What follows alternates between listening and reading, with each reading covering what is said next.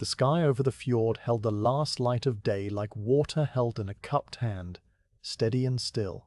You climbed the notched log ladder to the watch platform, feeling the rough wood through your wool mittens. Each rung was worn smooth in the center from the passing of many boots over many winters. The air tasted of cold stone and salt, the scent of the sea mixing with the faint wood smoke drifting up from the settlement below. When you reached the top, you stepped onto the planks and turned to face the water, settling into the familiar space beside the carved posts that marked your station. The platform was built from thick pine trunks lashed together, raised high enough to see over the turf roofs of the longhouses and out across the narrow arm of the fjord. In summer this perch gave a view of approaching boats, but now, in the deep of winter, the water lay mostly still, rimmed with ice along the edges. You stood with your spear in your right hand, the butt resting on the wooden floor, and your shield leaned against your left leg.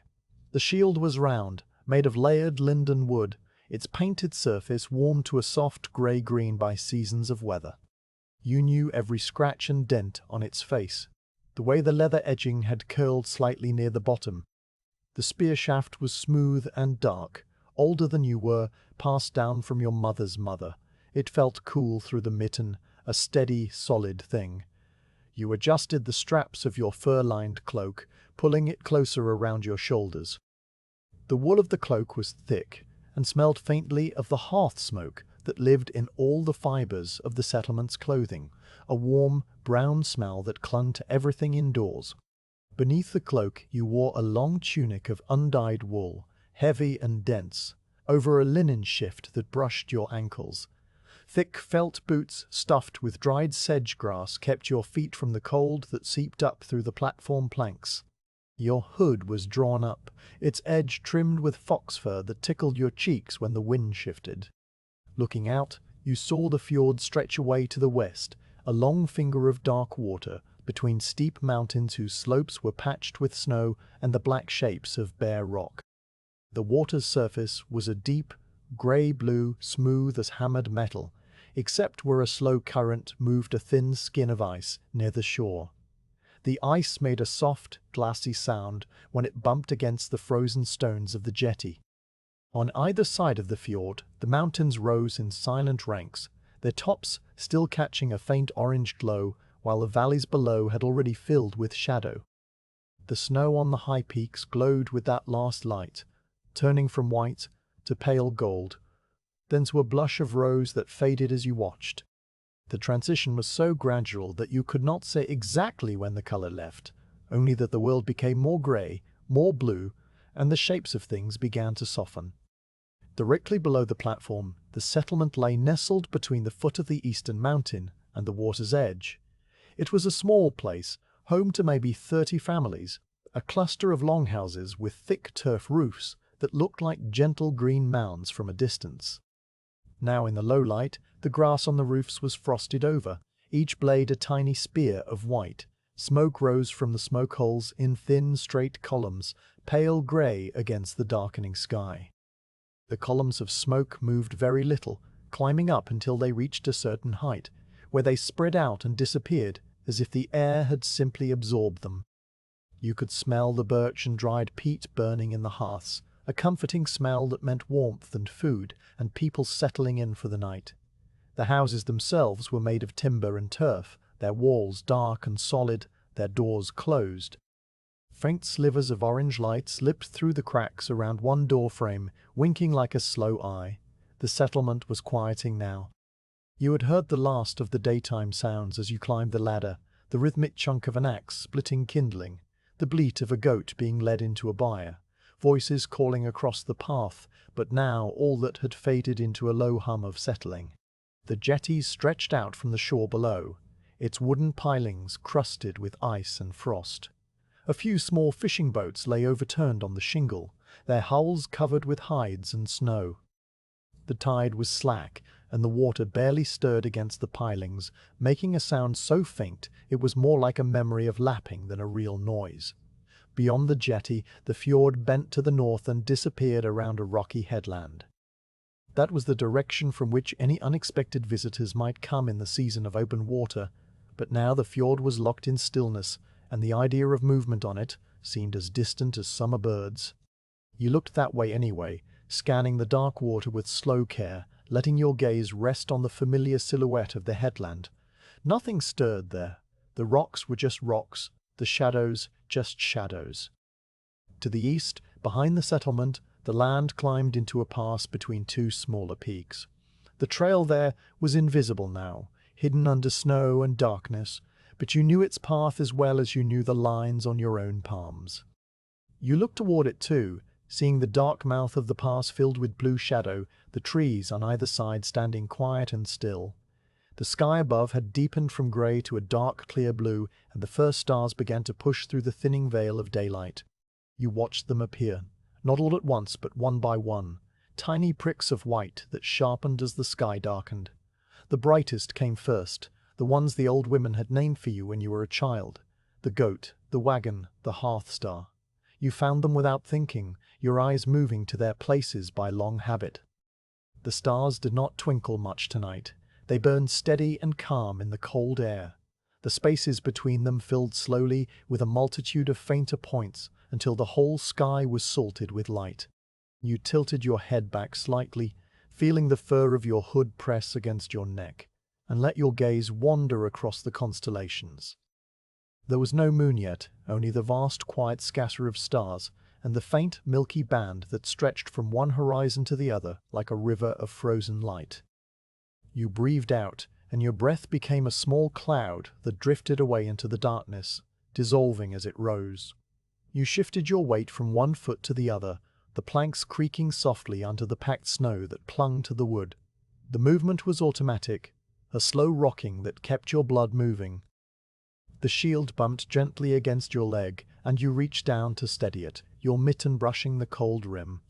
The wood of the shield was so cold it almost felt damp, but it was not. It was just the way cold felt on bare skin.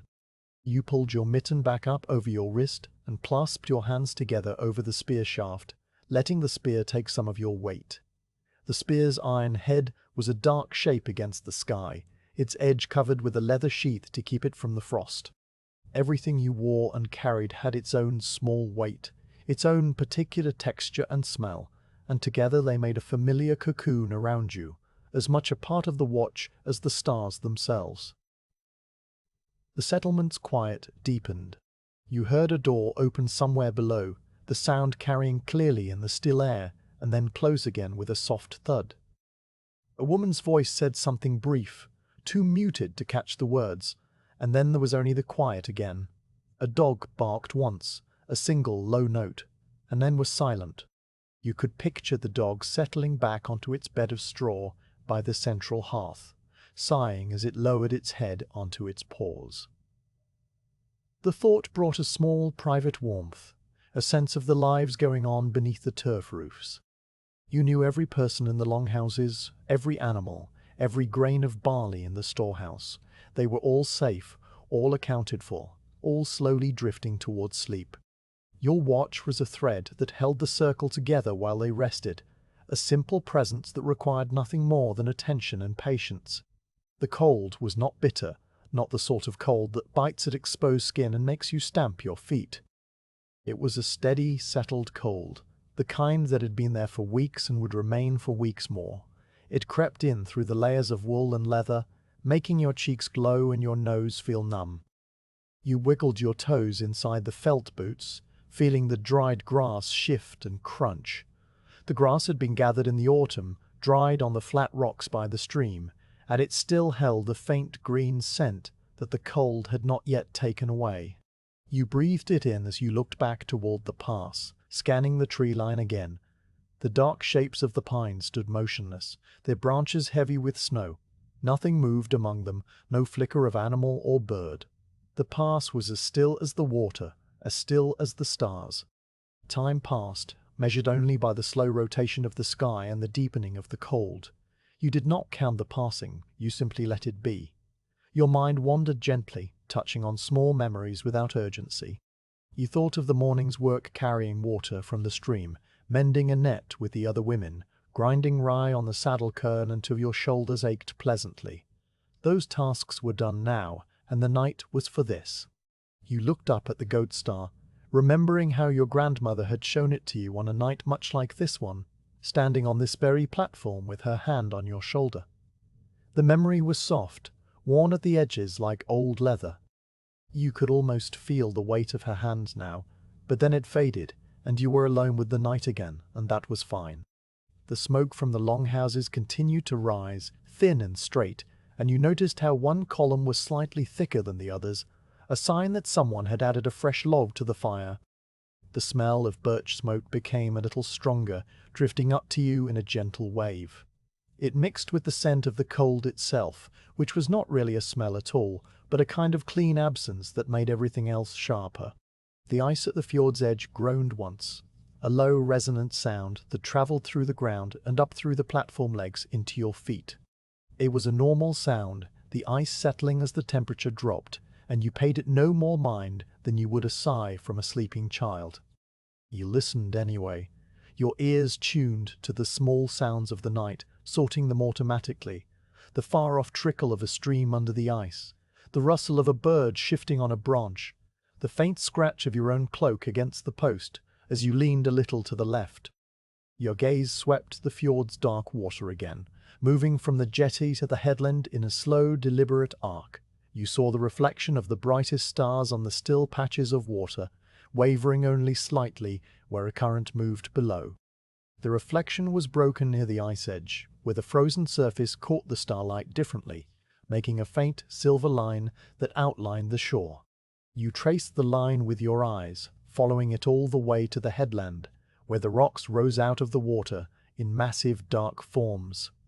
Water had frozen along the base of the rocks, creating a rough collar of ice that glimmered dully. Above, the rocks themselves were dusted with snow, their tops rounded and smooth. You knew every feature of that headland, the spit rock that looked like a bear's paw, the ledge where the ravens nested in summer, the overhang where you had once sheltered from a sudden rain. Tonight they were just shapes, solid and unchanging. The cold began to press a little more firmly against your back, which was turned away from the settlement and toward the open fjord. You turned around slowly, adjusting your position so that you faced the mountains behind the longhouses for a while. The eastern peaks were now almost entirely dark, their snow caps just barely visible as a faint grey against the black sky. The pass was a deep indigo gash, and the trees on either side had merged into a single dark mass. Still nothing moved. You turned back to face the water, completing the slow circuit that was your habit. It was not restlessness, just a careful rotation that kept the blood moving and the senses fresh. The platform creaked again, the sounds swallowed by the vast quiet. You thought of the other watch posts along the fjord, scattered at intervals where the land allowed a view. You knew the women who stood there tonight, and you imagined them as still points in the landscape, each wrapped in her own cloak, each watching her own stretch of water or pass. The thought connected you to them, a silent network of vigilance that had held for generations. There was a comfort in that, in knowing that you were part of a long, unbroken line of women who had kept this watch through winter after winter. Your mother had done it, and her mother, and now you. The spear in your hand had been held by them, the platform had been built by hands now long gone, and the stars above were the same stars that had watched over all of it. The weight of that lineage was not a burden, but a steady, grounding presence like the mountain itself. A slight breeze stirred, barely enough to move the fur on your hood, and you felt it on your cheeks. It came from the north, carrying the dry, metallic taste of snow. You looked up and saw that a thin layer of cloud had moved in from the sea, not enough to cover the stars completely, but enough to soften their edges. The cloud was high and wispy, and it moved so slowly that you could only see its progress by checking the position of certain stars against its edge. It would be hours before it crossed the whole sky. You watched it for a while, letting your eyes relax on its diffuse shape. The cloud muted the starlight a little, making the night seem even darker, and the snow on the peaks lost its glimmer. The world became a study in darkness and deep blue, with only the faintest suggestion of the mountain outlines. You could still see the settlement's roofs below, their rounded forms darker than the surrounding snow. Inside the nearest longhouse, you imagined the fire had burned down to a bed of orange coals, its light flickering low on the timber walls. The people sleeping on the benches would be wrapped in sheepskins and woven blankets, their breaths slow and even. A child might murmur in a dream. A woman might turn over with a soft sigh, but nothing would disturb the deep tide of their rest. The animals in the byre, attached to the far end of the building, would also be quiet, the cow standing with its eyes half closed, the sheep huddled together in a woolly mound, the horse shifting its weight with a muffled clop of a hoof on packed earth. The smell inside would be warm and dense, a mix of hay, animal hide, sour milk, and wood smoke, a smell that you knew as well as your own name. You missed it now in a distant, abstract way, but you were not impatient. Your watch was your duty, and your quiet gift to them all. You shifted your grip on the spear, lifting it a few inches and then resting it back on the planks. The soft thump was the only sound you made. Your hands inside the mittens were beginning to feel stiff, so you curled and uncurled your fingers slowly, working warmth back into the joints. The wool of the mittens was nubbly against your skin, homespun and slightly uneven, dyed a soft brown with onion skins. You could feel the place where a thread had been darned on the right thumb, a small ridge of extra wool that your fingertip found and traced without thought. The action was soothing, a tiny occupation that kept the mind from drifting too far into the cold. You did the same with the other hand, finding the worn spot on the palm that would need mending before spring. You made a mental note to find the darning needle, then let the thought go. The darkness was now absolute enough that you could not see the color of the water anymore. It was simply a black expanse that swallowed the light. The faint line of ice along the shore was the only thing that defined where land ended and fjord began. You listened to the water's small sounds, a gentle gurgle near the jetty as a pocket of air escaped from under the ice, a soft hiss of something sinking. The night was so quiet that these tiny noises seemed magnified, floating up to you as clearly as if they were right beside your ear. A single drop of water fell from the tip of a frozen branch somewhere below the platform, hitting a stone with a small, glassy plink. You heard it, identified it, and moved on. Looking back at the sky, you noticed that the wagon constellation had rotated slightly since you first saw it, its handle now pointing more toward the north. The motion was a slow clock, one you could read without numbers. You estimated, in a vague, untroubled way, that perhaps a quarter of the night had passed.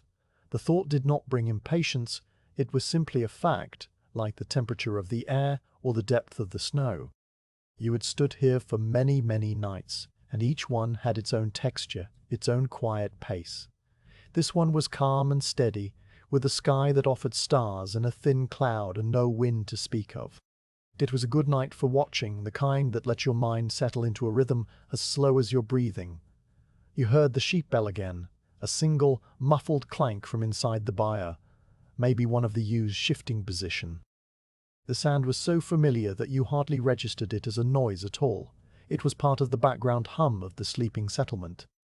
A moment later, the rooster made a low, questioning sound, not a crow, but a sort of throaty mutter, as if it had woken briefly and then decided against it. You smiled a little at that, the corner of your mouth lifting inside the shelter of your hood. The animals, too, were part of the watch in their own way, their small stirrings a sign that all was normal. You let your gaze sweep the jetty again, the overturned boats, the frosted ropes coiled on the posts. Everything was exactly as it should be. The thin cloud from the north had now spread to cover a larger portion of the sky, and the stars were fewer, their light dimmed. The air felt slightly heavier, and you thought you could smell the faintest hint of snow coming, the clean, sharp scent that sometimes preceded a gentle fall. You breathed it in, letting it fill your lungs. The cold bit a little deeper, and you pulled your cloak tighter, crossing your arms over your chest and tucking the spear under one elbow. The position was less ready but more comfortable, and you could still see everything you needed to see. The fjord mouth remained empty, the past remained dark, the settlement remained still. In the longhouse, someone coughed once, a dry, sleepy sound, and then was quiet. You waited, letting the night pass around you like slow water around a stone, and you were that stone, solid and patient and entirely at peace. The twilight had fully given way tonight, and the watch had truly begun. You could feel the long, quiet hours stretching ahead of you like a calm road, and you stepped onto it without hurry, content to walk it one breath at a time. The last thin line of deep blue had faded from the horizon, leaving the world in a darkness that felt solid and soft at once. You stood on the watch platform, the wood beneath your boots now as dark as the water below. The day was fully gone. Night had settled over the fjord, like a great slow breath held and never quite released. The sky above you had become a deep, cold black, scattered with small, steady points of light that seemed to have always been there, waiting to be seen. You watched them appear one by one, as if someone far away were kindling tiny fires in the dark.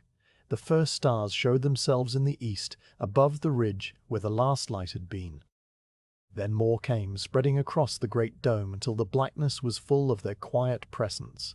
The air was so still that you could almost believe the stars made no sound, not because they were silent, but because the night was listening.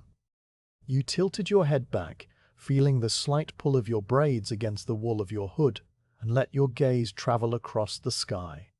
The snow on the surrounding peaks glimmered faintly in the starlight, a pale cold sheen that picked out the familiar shapes of the mountains.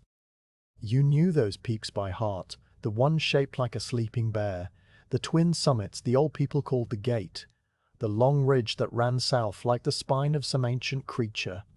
By day they were grey and white, but now they were just a softer darkness against the sky, marked by that faint glimmer where the snow lay thick. You could trace the line of the tree cover below the snow, though now the forest was only a suggestion of texture, a rough edge between the slopes and the water. Your breath formed small, slow clouds that dissolved into the darkness as soon as they left your lips. You could feel the cool air entering your nose and throat, a clean, sharp sensation that deepened with each inhale. The cold was not biting, not yet. It was a steady, patient presence that wrapped around your fingers where they held the spear shaft. The wood was smooth and cool, warmed by many hands over many seasons, and you knew each groove and knot without looking. You loosened your grip just a little, letting your fingers rest lightly, then tightened them again, a slow habit that had become part of the watch. The only movement in the whole wide night was a single distant cloud, high above the eastern ridge. It drifted with an almost imperceptible slowness, a thin wisp of grey against the darker grey of the sky, so faint that you might have imagined it. You watched it for a long while, tracking its shape as it changed from a stretched thread to a small puff, then back to a thread. It was the only thing that seemed to prove the world had not stopped entirely. Everything else was motionless. The water of the fjord was a sheet of black glass, reflecting the stars in a scattered, broken way near the shore where the ice had begun to form. The trees on the lower slopes stood without a single branch stirring. The settlement behind you sent up thin columns of smoke that rose straight as if they were solid pillars holding up the night. In the profound quiet, you became aware of the smallest sounds that would have gone unnoticed by day. The faint lapping of water against the frozen edge of the jetty was a soft, rhythmic whisper, like the sea breathing in its sleep. Now and then a distant sheep would bleat once and then settle, its voice carrying thin and clear across the cold air. From the nearest longhouse, where the turf roof was dusted with frost, you could just make out a low, deep creak as the door timbers shifted with the warmth inside. These sounds were so small and so spaced apart that each one seemed to belong to a different hour, and you measured the passing of time by them. You shifted your weight from one leg to the other, a slow, deliberate movement that made the leather of your boots creak softly and the wool of your tunic rub against the inside of your fur-lined cloak. The sound was a familiar, comfortable one, the sound of your own body settling into the long night. You felt the weight of the cloak on your shoulders, a heavy, comforting burden that smelled of wood smoke and lanolin. The fur inside brushed your neck where the hood did not quite close, and you tucked your chin a little lower, feeling the warmth of your own breath trapped against your chest. Your shield rested against your left leg, its edge touching the platform planks with a quiet, solid presence. You could feel the slight pressure through the layers of wool and leather a reminder of its weight and its purpose. But tonight the shield was just another part of the quiet, just another wooden object keeping you company in the dark. The iron boss was cold, and you did not touch it. You kept your hand on the spear shaft instead, where the wood held a little of the day's faint warmth, or so you imagined. The stars grew brighter as the darkness deepened, and you began to find the patterns that the old women had traced for you as a child. There was the great wagon, its 4 wheels and long shaft unmistakable once you found the first bright star of its handle. And there, curving along the southern sky, was the shape they called the water serpent, its long body of faint stars winding between brighter points like a slow river of light. You remembered sitting by the hearth fire on winter evenings, watching an old woman's finger draw lines in the air, connecting one spark of light to another until the picture emerged. You had learned the names and the stories attached to them, tales of hunters and animals and journeys across the sky, but tonight the stories felt far away, and you simply looked at the stars themselves, letting them be what they were, small, steady lights in an enormous quiet.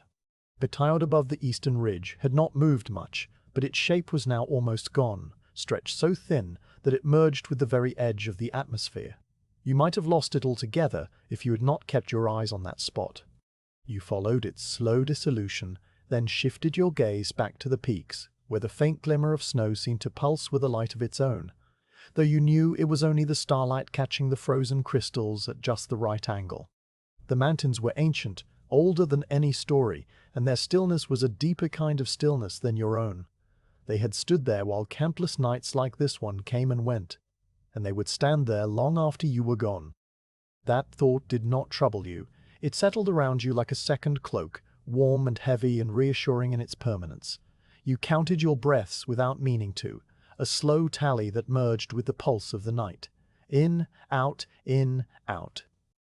The cold air tickled the back of your throat, and you swallowed once, twice, feeling the small movement as a break in the rhythm. Then the breathing resumed its steady pace, and you returned to the simple act of standing, watching, being. Your eyes had grown so accustomed to the dark that you could now see the faint outline of your own hands on the spear, the knuckles pale against the dark wood. The fur lining of your hood caught tiny points of frost where your breath had settled, and you could feel the slight stiffness of the wool where the moisture had frozen. It was a good feeling, a sign that your body was warm enough inside, that the layers were doing their work. You pulled the hood a little closer around your ears, the wool catching on the tight plaits of your hair, and you felt the small tug, the slight rearrangement of the fabric, the immediate return of warmth. The night was now so deep that it seemed to have no bottom, no end, only a vast, gentle holding. The stars no longer appeared one by one. They were all there, a full host from horizon to horizon, and you could see the broad band of the sky river, the faint mist of light that stretched across the zenith like spilled milk frozen in place. You had heard it called many names, the Path of Souls, the Winter Road, the Great River. Tonight you thought of it simply as the sky's own breath, a long, slow exhalation that had been going on since the beginning of the world. You stood within that exhalation, a single small figure on a wooden platform, and you felt no loneliness, only a kind of peaceful belonging. A small sound came from the settlement, the soft thump of a log shifting in the hearth, then the brief hiss of embers. Someone was tending a fire inside, probably an old woman or a mother with a wakeful child. You pictured the hearth inside the largest longhouse, the orange glow pulsing gently as a hand placed another piece of wood onto the coals, then the soft scrape of a clay pot being moved. The sound travelled through the turf and the timber, muffled and distant, and you let it pass through you and be gone. The smoke hole glowed a little brighter for a moment, then dimmed again to its steady, faint orange. You returned your gaze to the fjord. The water had a skin of thin ice along the edge, where the salt met the colder fresh water trickling down from the rocks. You could see the line of ice, a slightly paler grey against the black of the deeper water, and you watched it patiently, as if expecting it to grow before your eyes. But the ice did not grow fast enough to see. It grew the way the stars moved, imperceptibly, requiring a different kind of watching, a watching that was really just being. You let your eyes rest on the ice line, your focus softening, and for a long while you did not think of anything at all. The feeling of the spear in your hand brought you back. The shaft was of ashwood, light and strong, and the iron head was wrapped in oiled cloth to keep it from the frost. You could feel the slight bulge of the wrapping under your palm and the smoothness beyond it. You had held a spear like this since you were tall enough to hold one. It was as familiar as your own arm. On a night like this, it was more a walking staff than a weapon, a companion to lean on, a thing to touch when the hours grew long. You ran your thumb along the grain, following a single line from the grip to the binding where the head met the shaft. The grain was straight and true, and the small imperfection near the middle where a knot had been sanded smooth was like a fingerprint you could never mistake for another's. The leather wrapping on the grip was a little warm from your hand, and you could smell it when you raised your hand near your face, the faint animal scent of tanned hide, mixed with the salt of your own skin. That smell was part of the night, part of the watch, and you knew it would stay with you even after you went inside, into the furs and the dark of the sleeping hall.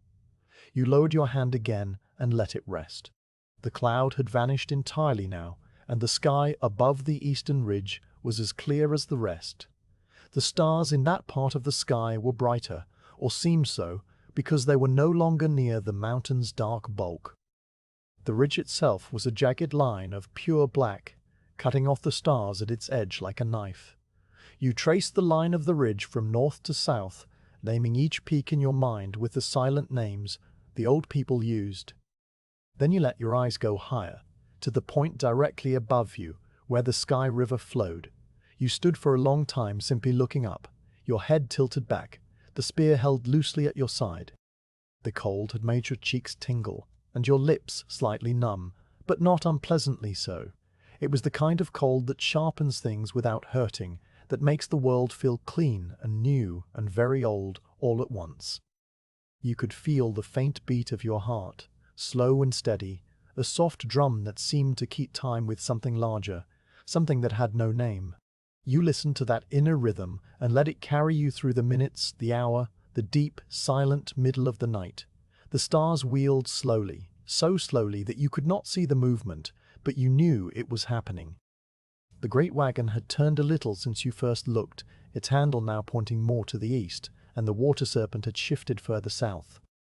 You had learned as a child that the sky was a great turning wheel, and that by watching the positions of certain stars you could tell the hour as easily as by a water clock. But tonight you did not care about the hour. You only noticed the change because it was there, a small fact of the world, a small comfort. Your mind wandered back to those winter evenings of your childhood, the smell of the hearth and the sound of the old women's voices, low and rhythmic as waves. They had names for every star and every cluster, and they told the stories over and over until they were carved into your memory. You remembered one old woman whose name you almost never thought of now, her hands gnarled and brown like roots, her voice a soft rasp. She would point to a star and call it the lonely shepherdess, and then to another and call it the lost lamb, and she would weave a tale about them that never ended, only paused each night and resumed the next. You could still see the movement of her finger, the way the firelight caught her silver hair. The memory was warm, and you let it settle over you.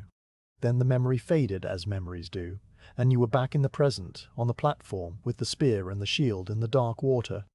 A dog turned in its sleep near the central hearth, a low whimper escaping its dream, and the sound reached you as if from a great distance, although the longhouse was only a stone's throw away. You smiled slightly, the movement of your lips hidden by the hood, and the smile was not for anyone, just a small ripple of connection to the sleeping animals. You shifted your weight again, this time to your other leg, and the platform gave the faintest creak, a sound so soft it might have been the frost settling on the wood. You felt the dry grass inside your boots shift, a slight tickle against your toes, and you flexed them inside the felt, feeling the warmth you had built up. The soles of your feet were solid on the planks, and you could feel the very slight give of the wood, the way it had been worn smooth by generations of watchers before you. You thought of all the other Shieldmaidens and watchmen who had stood on this same spot, looking at the same stars, hearing the same water, and you felt yourself part of a long, unbroken chain. That feeling was as steady as the mountains. The night wore on, and you did not try to hold it or push it forward. You let it be what it was, a dark, cold, peaceful span of time in which your only task was to stand and watch and breathe. The stars maintained their slow, silent wheeling. The snow on the peaks kept its faint glimmer. The water lapped against the ice with the same soft rhythm. The world asked nothing of you but your presence, and you gave it gladly. At some point, without you noticing the exact moment, the air grew the tiniest bit colder, the kind of deepening chill that announces the approach of the middle hours. You knew that later, perhaps in another watch, the northern lights might ripple across the sky and the moon would rise over the western ridge. But that was for another time. Right now, there was only this, the deep, settled night, the first stars shining as they had for countless ages, the sound of your own breath, and the slow, quiet creak of leather and wool as you stood keeping watch over the sleeping settlement. The night had grown so still that the silence itself seemed to press against your ears, a soft, woolen weight made of cold and darkness. Standing on the watch platform, you had become accustomed to the broad quiet of the fjord, the mountains, the sky. Now, as the hours deepened, you noticed that the quiet was not empty at all. It held 1,000 tiny threads of sound that wove themselves into the fabric of the night, so subtle that you had to let your breathing slow even further to catch them. The world around you was not silent. It was resting, and in its rest it made small, unconscious noises like a sleeper turning in a dream. The most constant of these sounds was the faint lapping of the water against the frozen edge of the jetty. It came and went with the rhythm of a pulse, irregular but persistent, a soft, glassy whisper that never quite stopped. The water was not moving much, it was the merest stirring against the ice that lined the shore, a gentle nudge and retreat that made a sound like a cloth drawn slowly over stone. You listened to it for a long while, letting your mind settle into its pattern. Sometimes the lap was barely there, just a breath of wetness on cold rock. Other times it came a little stronger, enough to make a small hollow gulp as the water found a pocket of air beneath the ice. The sound was so familiar, so constant, that it had become part of the landscape itself, as much a feature as the mountains or the stars. You could not imagine the fjord without it. From somewhere beyond the longhouses, a sheep bleated once into the darkness, a single, low note that hung in the air, and then dissolved.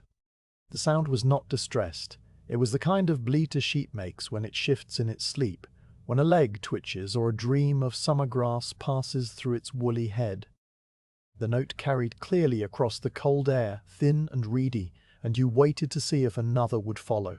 But the sheep had settled again, and the night closed back over the space where the sound had been.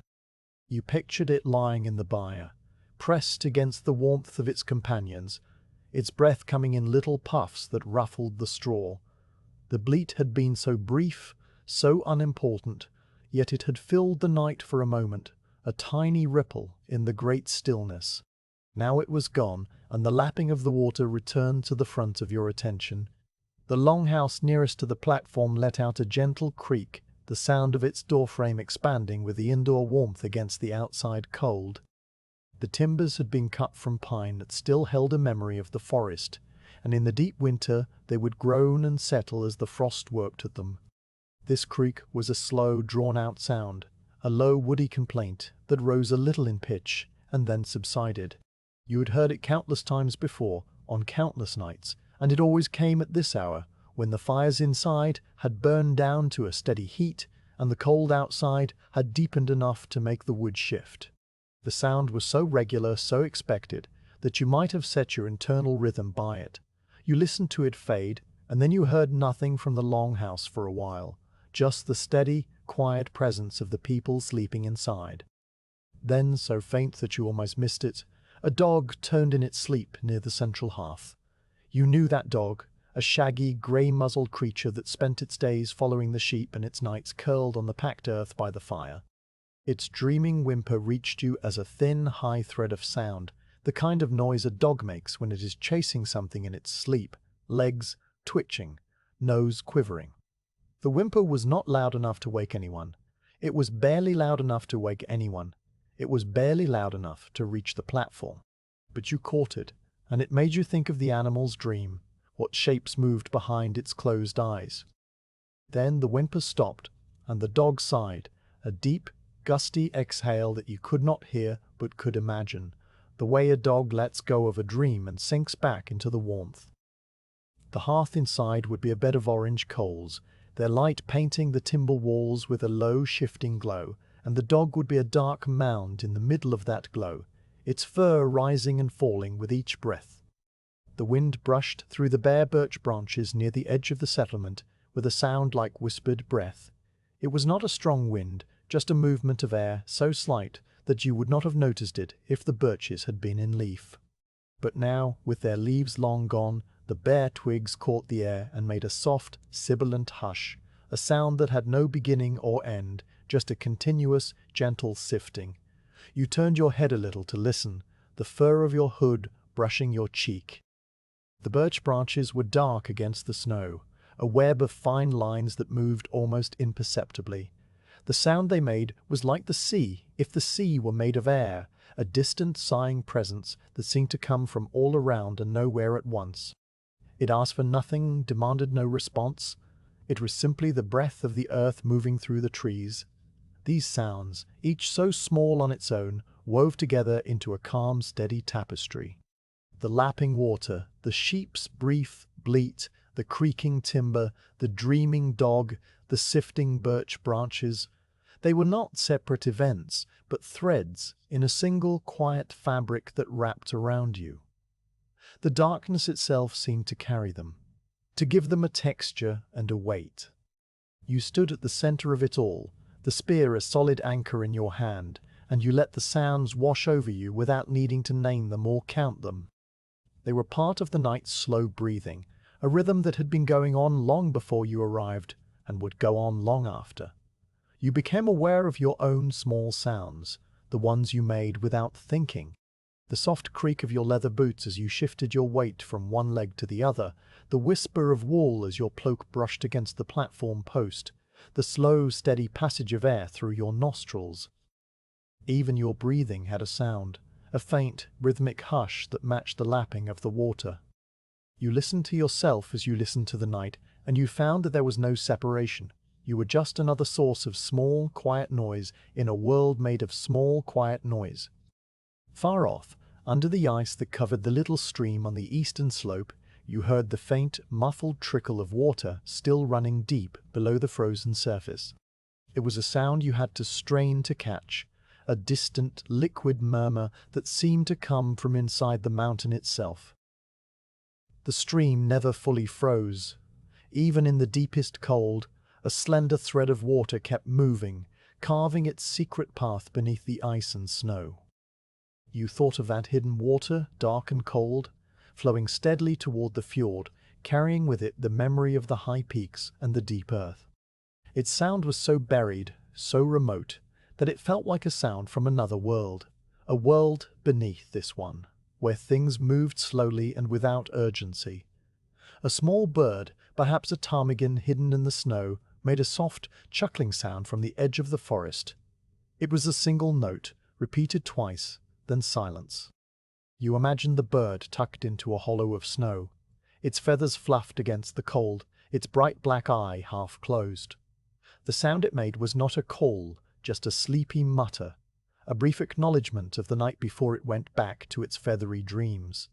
You listened for more, but none came. The bird had said its piece and was done. The ice on the fjord groaned once, a long, low, resonant sound that travelled through the water and the earth and up through the legs of the watch platform. It was a sound of immense, slow pressure, the ice expanding and contracting as the temperature dropped another fraction. You felt it in your feet more than you heard it, a deep subterranean hum that vibrated through the wood and into your bones. The sound was so low that it was almost a feeling, a gentle, rolling wave of vibration that passed and left no trace. It was the sound of the world settling, adjusting itself to the long winter. You had heard it many times before, and each time it reminded you that beneath the stillness, the earth was alive, moving at its own patient pace. From inside the longhouse came a soft, rhythmic scraping, the sound of a wooden ladle being drawn along the bottom of a clay pot. Someone was awake, perhaps stirring the embers or preparing a warm drink for a restless child. The scraping lasted only a few moments, then stopped. You pictured a woman moving quietly in the dim glow, her shadow long on the walls, a clay cup in her hand. The smell of warm milk, or something like it, drifted up faintly through the smoke hole, mixing with the wood smoke. Then the door did not open, and the quiet returned. The small domestic sound had been a brief window into the life inside, and now that window was closed, and the life went on unseen. You let your eyes drift shut for a moment, not because you were tired, but because closing them made the sounds sharper. The darkness behind your lids was the same as the darkness outside, but without the faint glimmer of stars. You found that your ears took over completely. You could pick out each thread of sound more clearly. The water's lap, the birch's hush, the distant trickle of the buried stream. Even the sound of your own heartbeat, a low, steady thud, became part of the chorus. You stood there, eyes closed, breathing slowly, and you let the night's small music fill you. When you opened your eyes again, the stars had not moved much, but the sky had grown a little deeper, the blackness more absolute. The sounds continued, and you settled back into your watch with the feeling that you were not so much guarding the settlement as listening to it, holding its quiet rhythms in your attention.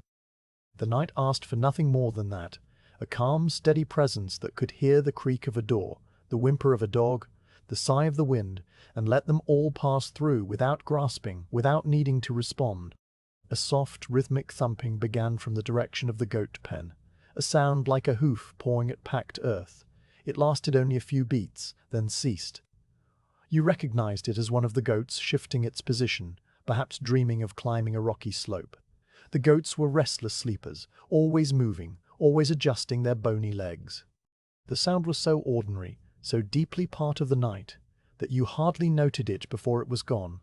The lapping water filled the silence it left behind, persistent and calm. The cold had deepened enough that the frost on the platform planks made tiny, crystalline sounds as it grew, a faint, high-pitched tinkling that was more imagined than heard. You bent your head slightly and saw the frost on the wood near your boots, a white, feathery crust that glittered in the starlight. It made no real noise, but the very sight of it suggested a sound, a delicate, blassy crackle that belonged to the world of ice and snow. You straightened up again, and your cloak rustled, a soft, dry sound, like leaves stirred by a ghost of wind. In the distance, beyond the fjord's bend, a gull cried once, a single, mournful note that carried over the dark water. It was an unusual sound for the depth of night, but not unheard of. Gulls sometimes woke and called for no reason, their cries echoing against the cliffs. The sound faded, and the water lapped, and the birches hushed. You listened for more, but the gull had gone back to sleep or flown away or simply chosen silence. The night was full of such brief, unexplained sounds, and you had learned long ago not to wonder about them. They came, they went, and the quiet remained. You thought of the sleeping settlement as a great breathing creature, each longhouse a lung, each animal a smaller heartbeat within the larger body. Your own watch was like a gentle hand placed on the creature's side, feeling the rise and fall, the warmth, the life. The image was comforting, and you held it for a while as you listened to the water and the wind and the small, unnameable sounds that filled the spaces between. The dog whimpered again, a shorter, softer sound this time, and then there was a low, contented grunt. You imagined it rolling onto its back, paws in the air, the firelight flickering on its belly. The hearth inside would be a low, warm glow, and the smell of wood smoke and animal would be thick and drowsy. You could almost feel the heat on your own skin, a phantom warmth that made the cold around you seem less sharp. Then the moment passed, and you were back in the chill, but the memory of the imagined warmth stayed with you like a small lit candle. The birch branches hushed again, a little louder this time as a slightly stronger puff of air moved through them. The The sound rose and fell, a gentle swaying whisper that seemed to come from all sides. You turned your head slowly, scanning the tree line, but saw nothing moving except the faint, almost imperceptible nodding of the thinnest twigs. The wind was so light that it did not even stir the smoke from the longhouses. Those columns still rose, straight and true, undisturbed. The hush of the birches was a sound of the high air, touching only the highest branches, leaving the lower world untouched. You let your breath match the rhythm of the sounds, in as the water lapped, out as the birch hushed. It was a simple, wordless meditation, a way of sinking into the night without thought. Your body had become a part of the platform, a part of the cold, a part of the dark. The spear in your hand was just another branch, rooted in the wood. The sounds moved through you as they moved through the air, and you did not hold them. You let them pass, one after another, a slow, endless stream. The sheep bleated again, the same single low note, and you wondered if it was the same sheep or a different one, but you did not wonder long. The note hung in the air, then dissolved, and the water lapped, and the door creaked softly, and the dog sighed, and the birch hushed, and the stream murmured under the ice, and the night went on, calm and steady, a rhythm that asked for nothing but your quiet, listening presence. The cold had a weight to it, a slow, pressing presence that settled on your shoulders like a second cloak. Standing on the watch platform through the deep hours of the night, you became aware of each layer you wore, not as separate garments, but as a single heavy cocoon that wrapped you in warmth and familiarity. The night asked for stillness, and your clothing answered with its own quiet solidity, each piece a small fortress against the dark. You felt the weight of wool and leather, not as a burden, but as a comfort, a reminder that you were protected and grounded, held steady on the wooden planks above the sleeping settlement. The thick wool tunic was the layer closest to your skin, beneath the linen shift. It had been woven by your mother's hands on the upright loom that stood in the corner of the longhouse, its threads dyed a soft brown with the bark of alder trees. The wool was dense and slightly rough in places where the fibers had fulled together, but against your arms and chest it felt smooth from years of wear. You could feel the way the tunic moved with you when you shifted your weight, the fabric stretching just a little across your shoulders, then settling back into place. The neckline was bound with a strip of softer wool, woven from the undercoat of the goats, and it brushed your collarbone with a gentle, almost silky touch. The sleeves reached your wrists and were snug enough to keep the cold from creeping up, but not so tight that they restricted the slow, easy movements of your watch. Over the tunic, you wore the fur-lined cloak, and this was the heaviest piece, the one that gave the most warmth and demanded the most from your shoulders. The outer layer of the cloak was a thick, felted wool, dark grey with a faint pattern of lighter lines that the weaver had added almost as an afterthought, a simple stripe that repeated every handspan. The inner lining was sheepskin, the fleece still attached, and it pressed against the back of your neck and your upper arms with a deep, steady warmth. The cloak smelled of wood smoke, the scent trapped deep in the fibers from countless evenings spent near the hearth, and beneath that was the faint animal smell of the sheep itself, a clean, grassy scent that the cold air had preserved. When you pulled the cloak tighter around you, the wool made a soft, dry rustle, and the fur brushed your cheek with a touch like a whispered word. The cloak was fastened at your right shoulder, with a brooch of dark iron, shaped like a coiled serpent, its surface worn smooth by the thumbs of the women who had worn it before you. You could feel its weight, a small, concentrated heaviness that kept the cloak from slipping. The pin of the brooch was thick and slightly bent from some ancient pressure, but it held fast. Sometimes, when you moved your arm a certain way, the brooch would press against your collarbone, a small, hard point of cold that reminded you it was there. You would adjust the cloak, and the pressure would ease, and the warmth would flood back into that spot. Beneath the cloak, your belt of plaited leather cinched the tunic at your waist. The belt was wide and soft, darkened by years of handling, and it held a small pouch of woven nettle fibre that contained a few dried herbs and a strike stone. The pouch was light, its contents barely noticeable, but you were aware of it as a slight bump against your hip when you leaned on the spear. The belt also held your knife in its simple leather sheath, the wooden handle warm to the shape of a grip that fit your palm exactly. You did not draw the knife, you simply knew it was there, a quiet tool for quiet tasks. Your legs were wrapped in thick wool leggings, cross-gartered with strips of the same dark fabric from ankle to knee. The leggings had been fulled until they were almost as dense as felt, and they kept the cold from the platform planks from reaching your skin. The garters pressed gently into your calves, a steady encircling pressure that felt like a pair of hands holding you upright. Over the leggings, you wore the outer skirt of heavy wool that reached to your boots, its hem stiff with frost where it brushed the wood.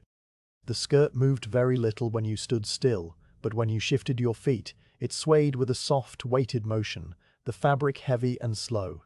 Your felt boots came up to mid-calf, their tops folded down to make a thick cuff that kept the snow from entering. The felt was made from mountain sheep wool, pressed and steamed until it became a single, seamless piece, dense and nearly waterproof. Inside, your feet were wrapped in strips of soft linen, and beneath that, the dried sedge grass cushioned your soles. You could feel the grass shift with each small movement, a faint, rustling sensation that was both ticklish and comforting.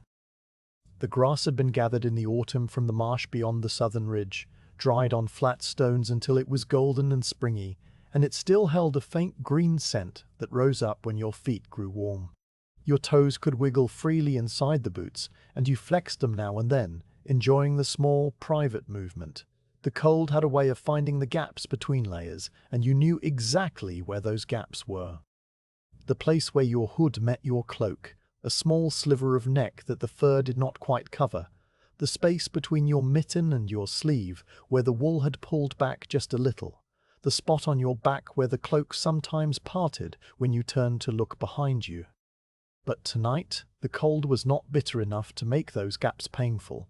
It was only a gentle reminder. A cool finger laid briefly on your skin before you adjusted the fabric and the warmth returned. You tucked your chin a little lower, and the gap at your neck closed. You pulled your mittens up, and the gap at your wrists disappeared. The small adjustments were automatic, a quiet dance between your body and the clothes that protected it. Your mittens were of the same brown wool as your tunic, and they were lined with scraps of rabbit fur that had been sewn together with tiny, even stitches. The fur was soft against your palms and the backs of your hands, and your fingers curled into it naturally. The right mitten had a worn spot on the thumb where you gripped the spear. The wool felted down to a shiny, thin patch that let the cold in a little more than the rest. You would sometimes switch the spear to your left hand to give that thumb a rest, tucking it into your palm where the fur was thickest. The left mitten was whole, its thumb sturdy and warm, and you were grateful for the small imbalance that made you switch hands. A tiny variation in the long, steady hours. The shield rested against your left leg, and its weight was a different kind of weight from the clothing. It was solid, rigid, a disc of layered linden wood that pressed into your thigh through the wool of your skirt and leggings. The shield's rim was bound with rawhide that had dried to a hard, dark edge, and you could feel its shape even through the layers of fabric. When you shifted your leg, the shield shifted with you, a silent, obedient companion. The painted surface of the shield was worn to a soft grey-green, the original design nearly invisible now, just a few faint lines that might have been a tree or a serpent, or simply the brushstrokes of someone long gone. You did not need to look at it. You knew it by touch, by weight, by the way it leaned against you as if it trusted you. The iron boss of the shield was a cold, round dome in the center, and you avoided touching it with bare skin. Even through your mitten, you could feel its coldness, a deeper cold than the air, a cold that seemed to have been stored there since the iron was pulled from the earth. But the boss was not for touching. It was for deflecting, and on a night like tonight, it was just a quiet, metallic presence, a small moon at the center of the wooden disc. The spear in your right hand was ash wood, light and straight, and its shaft was smooth where countless hands had held it. The grain ran from the butt to the iron head in long, even lines, and there was a small knot near the middle that you often found with your thumb, a slight bump in the otherwise flawless surface. The leather wrapping at the grip was warm from your hand, and it gave off a faint animal scent when you raised your hand near your face. The iron head was sheathed in oiled cloth to keep the frost from biting, and the cloth was tied with a thin cord that had been twisted from horsehair. The cord was frayed at the end, and you sometimes twisted it absently between your fingers, feeling the coarse hair against the wool of your mitten. You pulled your hood a little closer around your ears, and the wool caught on the tight plaits of your braids. Your hair was done in 2 plaits that hung down your back, bound with thin strips of leather at the ends. The braids were a daily ritual, a few minutes of quiet work each morning while the fire caught and the water heated. Now they were tucked inside your cloak, but the ends sometimes escaped and brushed against your neck, a soft, tickling reminder of the day that had passed. The hood's fur trim pressed against your cheeks, and you could feel the individual hairs, some soft and fine, others a little coarser, all of them warm. The cold was not just a temperature, it was a sensation that crept into your face and hands, making your cheeks tingle and your nose feel numb. You could feel it on the bridge of your nose, a small cold spot that the hood could not cover. Your breath came out in slow clouds that drifted up past your face, and you could feel the moisture of it settling on the fur of your hood, freezing into tiny crystals that glittered when you turned your head just so. The crystals made no sound, but you could feel their presence as a slight stiffness in the fur, a crispness that had not been there at twilight. Your body had found its rhythm in the cold, a slow, steady pulse of warmth that your clothing held close. Your shoulders were relaxed beneath the weight of the cloak, your arms loose at your sides, your legs planted firmly on the planks. You could feel the blood moving through you, a gentle, internal river that kept the cold at bay. When you breathed in, the cold air filled your lungs with a clean, sharp sensation. When you breathed out, the warmth of your body radiated back into the layers of wool and fur. The cycle was slow and soothing, a quiet engine that ran on patience and stillness. The weight of your clothing was also the weight of memory. The tunic your mother wove, the cloak your grandmother lined with fur, the brooch that had been passed down through 4 generations of watchers, all of these carried the touch of hands that were now gone. When you wore them, you wore the past as well as the present.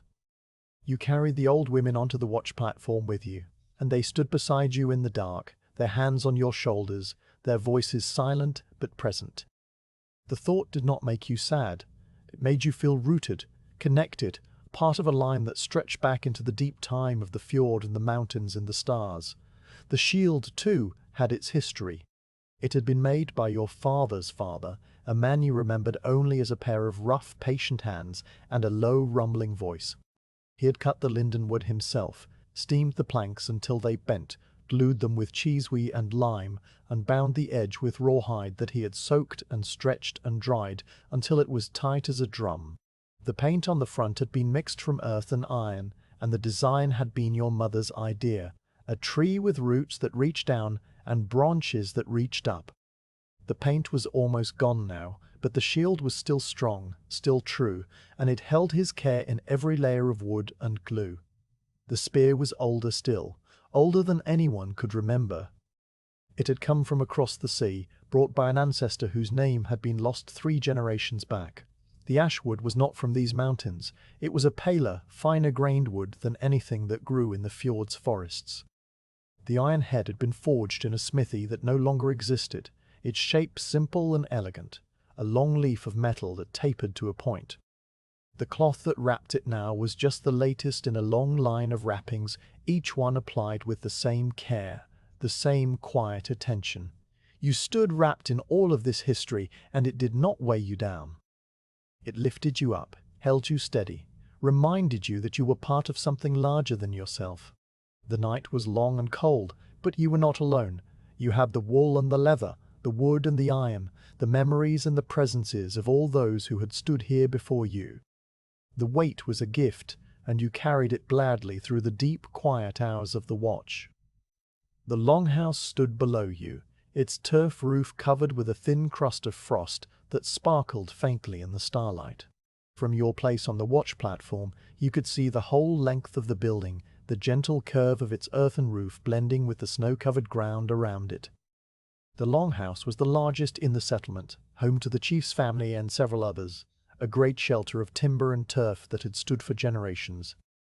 Its walls were thick, made of stacked logs chinked with clay and moss, and its roof was a layer of living grass that grew brown and dormant in the winter, now stiff and white with cold.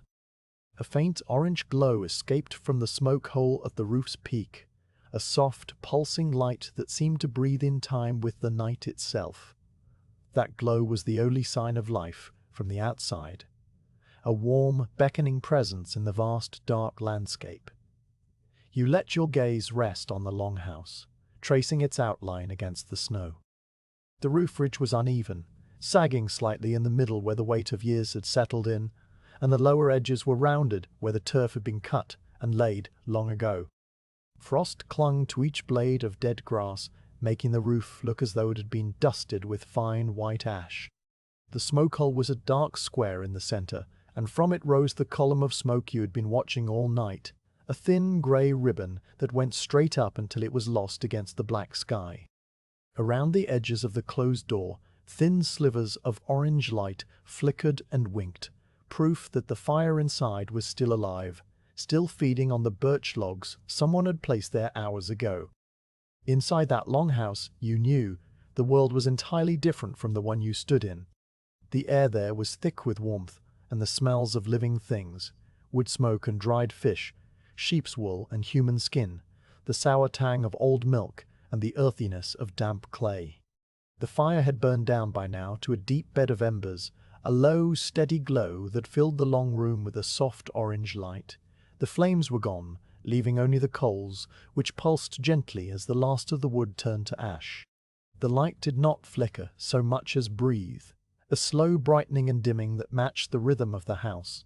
You could picture the hearthstones, blackened by years of use, the ash piled high around the edges, the iron pot hanging from its tripod, now empty and cool.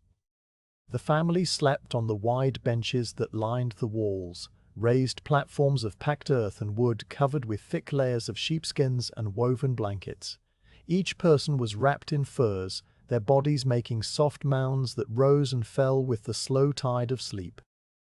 The breath of many sleepers had filled the longhouse with a gentle humidity, a damp warmth that clung to the timbers and kept the cold at bay. You imagined the sound of that breathing, a soft, rhythmic chorus of inhales and exhales, some deep and slow, others lighter and quicker, all blending into one continuous, peaceful sound. A child might murmur in a dream, a word half-formed and then roll over, the furs rustling. An old man might snore once, a low, rumbling note that started and then stopped, as if even the snoring was too tired to continue. But overall, the sound would be a steady, quiet hum, like the breathing of a single, enormous creature. You could picture each sleeper in your mind, their faces known to you. There was the chief, his broad shoulders making a mountain under the furs, his grey beard tucked against his chest. Beside him, his wife slept with one arm thrown over a small child, her hand resting on the child's back. Further down, two young men, brothers, lay head to head, their boots still on, their cloaks pulled up to their ears. An old woman whose name meant quiet water slept near the hearth, closest to the warmth, her thin, knotted hands folded on her chest. She always slept there, even in summer, claiming the heat eased her bones. The children were scattered among the adults, little bundles of wool and fur that stirred now and then, their dreams full of sheep and snow and the big, shaggy dog that slept by the fire.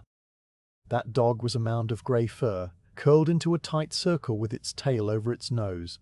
Its sides rose and fell in a slow, even rhythm, and sometimes a leg twitched, the claws scraping faintly against the packed earth floor. You had seen that dog every day of your life, it seemed, and you knew its sleeping habits as well as you knew your own. It dreamed of chasing things, of running over summer hills, its feet paddling the air. Its whimper, which you had heard earlier, came from those dreams. Now it was silent, deep in a heavier sleep, its body a warm, solid weight on the earth. Near the dog, A cat you did not often see by day was curled up on a folded blanket, a small dark shape with its ears flat and its whiskers twitching at whatever mice ran through its dreams. The cat was a quiet creature, slipping through the settlement like a shadow, and it kept the grain stores free of vermin. At night, it sought the warmth of the longhouse and found a spot as close to the embers as it could without singeing its fur. You imagined the faint purr that might be coming from it, a tiny vibrating hum that would be lost in the larger sounds of the sleeping hall. The smell of cooked barley and dried fish still hung faintly in the air around the building, even out where you stood. The evening meal had been simple. A pot of barley porridge boiled with water and a little salt, some dried herring that had been caught in the autumn and hung in the smokehouse, a few wrinkled apples from the store pit. The smells of that meal had soaked into the walls, the furs, the very air of the longhouse, and now they drifted up through the smoke hole in faint, savory tendrils. You could catch the nutty scent of the barley if you breathed deeply, and the sharper, saltier smell of the fish. The combination was homely and reassuring, the smell of a place where people were fed and warm and safe. The longhouse door was closed tight, its wooden planks held fast by a heavy beam dropped into iron brackets. The door itself was thick, made of vertical pine boards bound together with iron straps, and it fit snugly into the frame. But no door could be perfectly sealed, and the warm air inside pressed against every crack, finding its way out in tiny, invisible streams. You could see the evidence of that warmth in the way the frost on the outer timbers had melted just a little around the edges, leaving a dark, damp line that glistened in the faint orange glow. That melting was a sign of life, of the fire's steady work, of the bodies inside radiating their heat into the wood and earth. It was a small thing, but it spoke of shelter and community and the long, patient craft of keeping the cold at bay. The windows of the longhouse, if you could call them that, were small openings covered with stretched animal gut, scraped thin until it was translucent. In the daytime, a pale, milky light would filter through them. At night, they were dark squares that showed no light from within, for the gut coverings were too thick to let the fire's glow pass. But you knew they were there, and you could imagine the way the orange light would touch them from the inside, making them faintly luminous if anyone were close enough to look. Right now, no one was. Everyone was. Everyone was asleep, and the windows were just part of the dark walls. The turf roof, which had grown thick with grass and moss over the years, was a good keeper of warmth. The earth and roots held the heat from the fire and the bodies, letting it seep out only slowly over the long night. That was why the frost on the roof was not as thick as the frost on the bare ground. The roof was a few degrees warmer, just enough to keep the frost light. You could see the difference if you looked carefully. The open ground was white and thick with rime, while the longhouse roof was only dusted, a fine, sparkling layer that melted at the edges near the smoke hole. The contrast was a quiet reminder of the shelter the building provided, a bubble of warmth in a frozen world. Nothing moved around the longhouse except the very top of the smoke as it curled and disappeared into the blackness. The column of smoke was steady, a pale grey pillar that rose straight up from the smoke hole. But at its very top, where it met the colder air of the upper night, it wavered and spread, becoming a thin, hazy cloud that vanished as it cooled. The motion was so gentle, so slow, that you could watch it for a long time without seeing any change at all. It was like watching the hands of a water clock move. You knew the smoke was in motion, but the motion was so gradual that it belonged to a different scale of time. You let your eyes follow the smoke up, until it was gone, and then you brought your gaze back down to the longhouse itself. You thought of the fire inside, how it had been built that evening by the old woman whose name meant quiet water. She had laid the logs in a careful pattern, 3 thick pieces of birch in a triangle, with kindling of dried twigs and birch bark in the center. She had struck the flint and caught the spark on a bit of charred cloth, then blown gently until the flame caught. The fire had blazed up, bright and crackling, and the longhouse had filled with light and heat. The family had gathered around, eating their porridge, talking in low voices, mending nets and sharpening tools. Then, as the night deepened, the logs had burned down and the flames had given way to the slow, steady heat of coals. The old woman had been the last to sleep, you knew, because she always was. She would sit by the fire until the embers were just right, then wrap herself in her blanket and lie down on her bench. That was her ritual, and she had done it for more winters than anyone could count. The longhouse held other rituals too, small, quiet patterns that repeated night after night. The chief always slept nearest the door, his spear within reach. The young men slept with their backs to the wall. The children always ended up in a pile, regardless of where they started. The animals in the byre at the far end, the cow, the sheep, the horse, had their own order, their own rhythms of standing and lying down, their own soft sounds. The byre was separated from the main hall by a low wall of wattle, but the warmth of the animals mixed with the warmth of the people, each helping the other.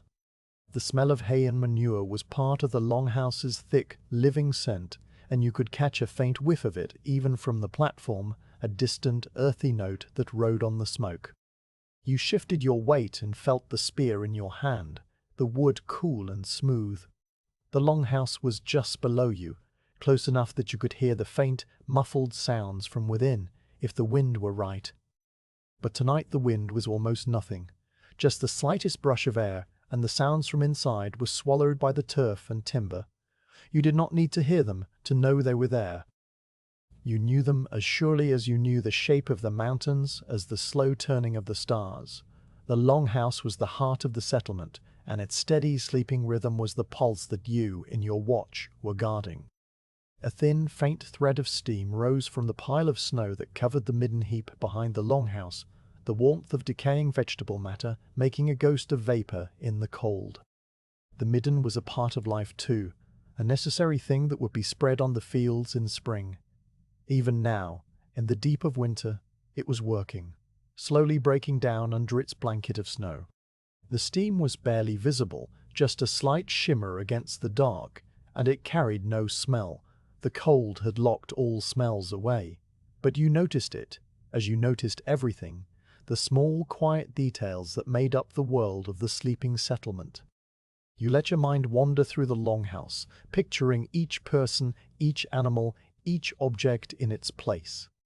The quernstones for grinding grain stood in the corner, their surfaces dusty with flour. The loom leaned against the wall, a half-woven piece of cloth still on its frame, the shuttle tucked into the threads. The iron cauldron hung from its tripod, its bottom blackened with soot. The wooden chests held clothes and tools and small treasures, a piece of amber, a carved comb, a silver brooch brought from across the sea long ago. All of these things were resting now, unused, waiting for the morning. The whole longhouse was a storehouse of lives, of histories, of quiet, steady continuance. You thought of your own bench inside that longhouse, the one you would return to when your watch was done. It was near the middle, between the old woman and the young men, a space just wide enough for you to stretch out. Your furs were there, a thick sheepskin and a woven blanket of blue and brown wool. You could almost feel the softness of them, the way they would wrap around you, the scent of your own body that lived in the wool. The thought was comforting, a promise of rest that made the cold around you seem less present. But you were not impatient for that rest. You were still in the watch, still in the long, slow hours of standing and looking and listening. The promise was enough. The smoke from the longhouse's hole gave a sudden, small puff, as if a draught had caught it, then straightened again. Perhaps a log had shifted in the hearth, sending up a small shower of sparks that died before they reached the roof. You could almost hear the soft sigh of the embers, though the sound was too distant and too muffled. It was a quiet event, a tiny disturbance in the steady pulse of the fire, and then it was gone. The smoke returned to its straight, slow rise, and the orange glow from the door cracks flickered and steadied. You could feel the cold pressing against your back, reminding you of where you were, but your attention was on the longhouse, on the warmth it held, on the lives it sheltered. The building seemed almost alive, breathing through its smoke hole, glowing through its cracks, its timbers creaking softly as it settled. You were outside, but in a way you were also inside, your thoughts moving through the dark hall, touching each sleeper gently, feeling the rhythm of their rest. That connection was what made the watch bearable, even peaceful. You were not alone. You were part of this sleeping body, its eyes and ears for the night. The birch trees behind the longhouse gave a soft hush as a small wind stirred their branches, and you turned your head slightly to listen. The sound blended with the imagined breathing from inside, a harmony of wind and sleep. Then the hush faded, and only the breathing remained, silent in the air but loud in your mind. You let your eyes rest on the smoke hole again, watching the steady curl of smoke as it rose and vanished, over and over. A slow, quiet, endless motion that asked for nothing but your calm, patient presence. High above the dark shoulders of the mountains, a pale green band of light began to shimmer, so faint at first that you might have imagined it. It started as a thin, milky smear against the blackness, a suggestion of color where no color should be, hovering over the northern peaks like a breath caught and held. You had been watching the stars in their slow wheel, the constellations shifting by degrees too small to see, when the light caught the edge of your vision. You turned your head slightly, the fur of your hood brushing your cheek, and let your eyes settle on the new presence in the sky. The northern lights had come, silent and unannounced, as they always did. The band of green stretched from the northwest to the northeast, a long, ragged ribbon that hung between the mountains and the stars. At first it was barely visible, a faint, luminous mist that you could only see by looking slightly to the side of it, the way you looked at the dimmest stars. But as you watched, the light gathered itself, becoming more substantial, and the pale green deepened a little, taking on a soft, almost watery quality. It was the color of new spring grass seen through a thin mist, or the color of sunlight reflected from a shallow sea. It had no sharp edges, no hard lines. It was all soft transition, the light bleeding gently into the darkness around it. You stood motionless, the spear a steady weight in your hand, and watched the northern lights begin their slow, silent dance. The band of green did not stay still. It undulated like a curtain stirred by a draught, folds of light rippling along its length from one end to the other. The ripples moved with a gentle, almost lazy grace, as if the light had all the time in the world and was in no hurry to go anywhere. Sometimes the ripples would travel from west to east, and sometimes they would reverse, the folds running back the way they had come, and there was no pattern to it, only a quiet, continuous motion that was deeply soothing to watch. The green light reflected weakly on the snow patches of the distant slopes, a faint, ghostly sheen that came and went as the aurora brightened and dimmed. The snow, which had been a dark grey in the starlight, now took on a pale, unearthly tint, as if it were lit from within by a cold green fire. The reflection did not illuminate the mountains in any real way. It was too faint for that. It merely touched the snow with a wash of color, a delicate, fleeting brushstroke that shifted and changed as the lights above shifted and changed. You could see the shape of the high ridges and the deep gullies more clearly now, their outlines picked out in that soft green glow. The fjord, too, caught the light, or tried to. The dark water was not still enough to make a mirror, but the thin ice along the shore, the part that had frozen smooth and flat, reflected the aurora as a pale, smeary line of green that wavered slightly with the water beneath. It was not a sharp reflection, but a diffuse one, like green ink dropped into dark water and slowly spreading.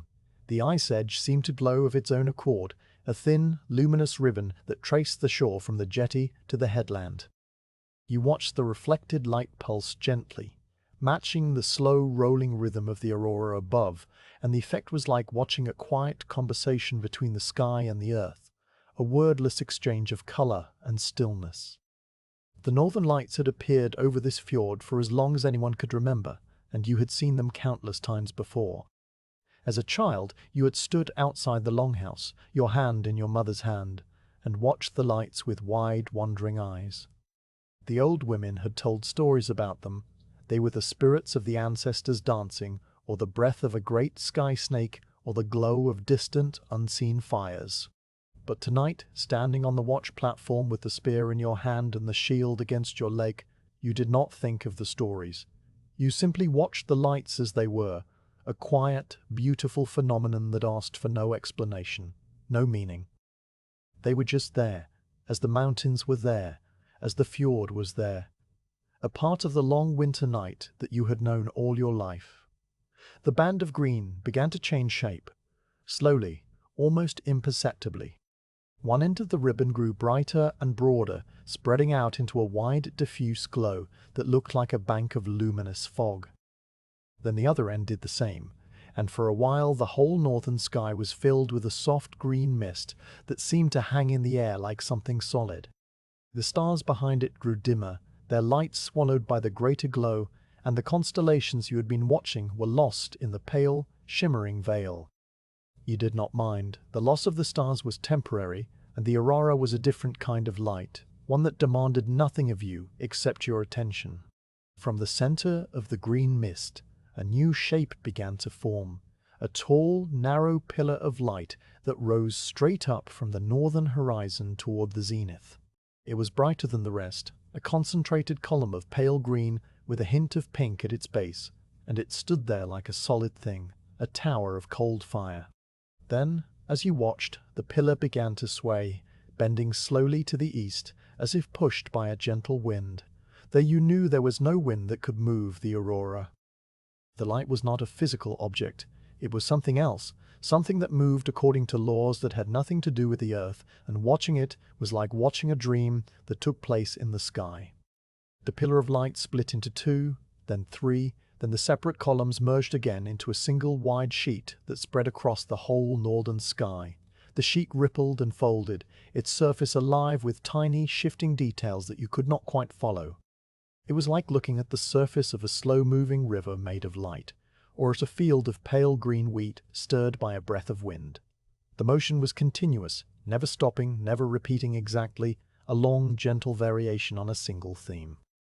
Your eyes could relax into that motion, following the slow curves and folds without needing to fix on any one point, and you found that your breathing had slowed to match the rhythm of the lights. The aurora dimmed again, the bright sheet fading back to a thin, pale ribbon, and then it brightened once more, this time with a slightly different character. The green was still there, but now there were hints of other colors too. A faint, dusty pink along the lower edge, and a touch of violet at the very top, where the light met the blackness of deep space. These colors were so subtle that you could only see them when the aurora brightened, and even then they were barely there, a whisper of color at the edge of perception. You let your eyes relax, not trying to name the colors, just letting them be part of the whole silent display. The reflection on the snow patches shifted as the aurora changed, the pale green giving way to a slightly warmer glow and the pink tones appeared, then cooling back to green as the pink faded. The mountains themselves seemed to respond to the lights, their dark shapes becoming more or less visible as the sky brightened and dimmed. The twin summits, the old people called the Gate, were now clearly outlined against the green glow, their snowy tops touched with the cold, unearthly light. The pass between them, which you had been watching all night, was a deep, dark notch in the middle of that glow, a reminder that the world was still there, solid and real, beneath the shifting sky. The northern lights had a way of making the night feel even quieter than it already was. The silence that had been a soft, woolen presence now seemed to deepen, as if the aurora itself absorbed sound. The lapping of the water against the ice, the distant trickle of the buried stream, the small creaks and rustles of the settlement, all of these sounds seemed to fade into the background, swallowed by the vast, silent spectacle above. You could still hear them if you focused, but your attention was drawn upward, and the sounds of the earth became a gentle, barely noticed hum beneath the greater quiet of the sky. You shifted your weight, the platform creaking softly under your boots, and the sound seemed loud for a moment, a small intrusion into the perfect silence. But then the aurora rippled again, a slow, graceful folding of green light, and the sound was forgotten, absorbed back into the night. You felt the spear shaft in your hand, the cool, smooth wood grounding you, and you let your gaze travel along the full length of the aurora, from the western horizon where it was thin and faint, across the broad central sheet where it was brightest, to the eastern edge where it dissolved into a pale, diffuse glow. Time passed differently under the northern lights. You had no way to measure it except by the slow changes in the aurora's shape and brightness, and those changes were so gradual that they belonged to a different scale entirely. You might have stood there for an hour, or for only a few minutes. There was no way to tell, and you did not try. The watch had its own rhythm, and the aurora had its own, and the two rhythms did not need to match. You simply stood and watched, and let the slow, silent dance unfold above you. The aurora began to fade again, the bright central sheet thinning out until it was just a pale greenish smudge against the stars. The pink and violet tones were gone now, and only the faintest trace of green remained, a ghost of the earlier display. The stars that had been hidden behind the light began to reappear, first the brightest ones, then the fainter ones, until the whole northern sky was once again filled with the steady, familiar points of light. The transition was so gradual that you could not say when exactly the aurora ended and the ordinary night began.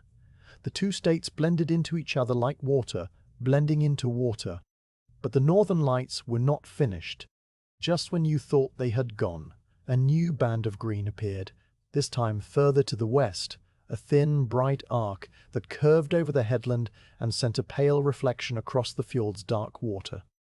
The arc grew brighter, more defined, and then it too began to ripple, the folds of light running along its length like waves along a rope shaken at one end. The show was starting again, or perhaps it had never stopped. Perhaps the aurora was always there, always moving, and you only noticed it when it gathered itself enough to be seen. The thought was a quiet, restful one, and you let it drift through your mind without holding on to it. This new arc of light was different from the earlier sheet. It was narrower, more concentrated, and it moved more quickly, the ripples racing along its length with a sense of quiet urgency. It bent and curved, forming a shape like a great bow stretched across the sky, and then it split into several parallel bands, each one a slightly different shade of green. The bands ran side by side for a while, like the staves of a giant barrel, and then they merged again into a single broad ribbon that hung directly over the settlement. You looked up at it, tilting your head back, and the green light seemed to pour down over you like a silent, cold waterfall. The turf roofs of the longhouses below you were touched with the faintest hint of green, their frost-covered surfaces catching the light and holding it like a dusting of pale, luminous powder. The smoke from the central smoke holes, still rising straight and steady, passed through the green glow and seemed to change color, becoming a pale, ghostly column that looked almost solid. The whole settlement, which had been dark and grey and brown, was now painted in shades of green and deep shadow, a quiet, sleeping village under an enchanted sky. You looked down at your own hands on the spear shaft, and the wool of your mittens seemed to have taken on a faint, greenish tint, as if the light was seeping into the very fabric of things. The arc of light slowly faded, the green dimming to a pale, watery wash that spread across the sky, and then was gone. The stars returned in full, bright and steady, and the night was once again as it had been before. But you knew the aurora would come again. It always did. There were nights in the deep winter when the lights appeared and disappeared many times, a slow, intermittent pulse that kept the darkness company. You settled back into your watch, the spear a solid anchor in your hand, and you waited to see if the lights would return or if this had been the only showing of the night.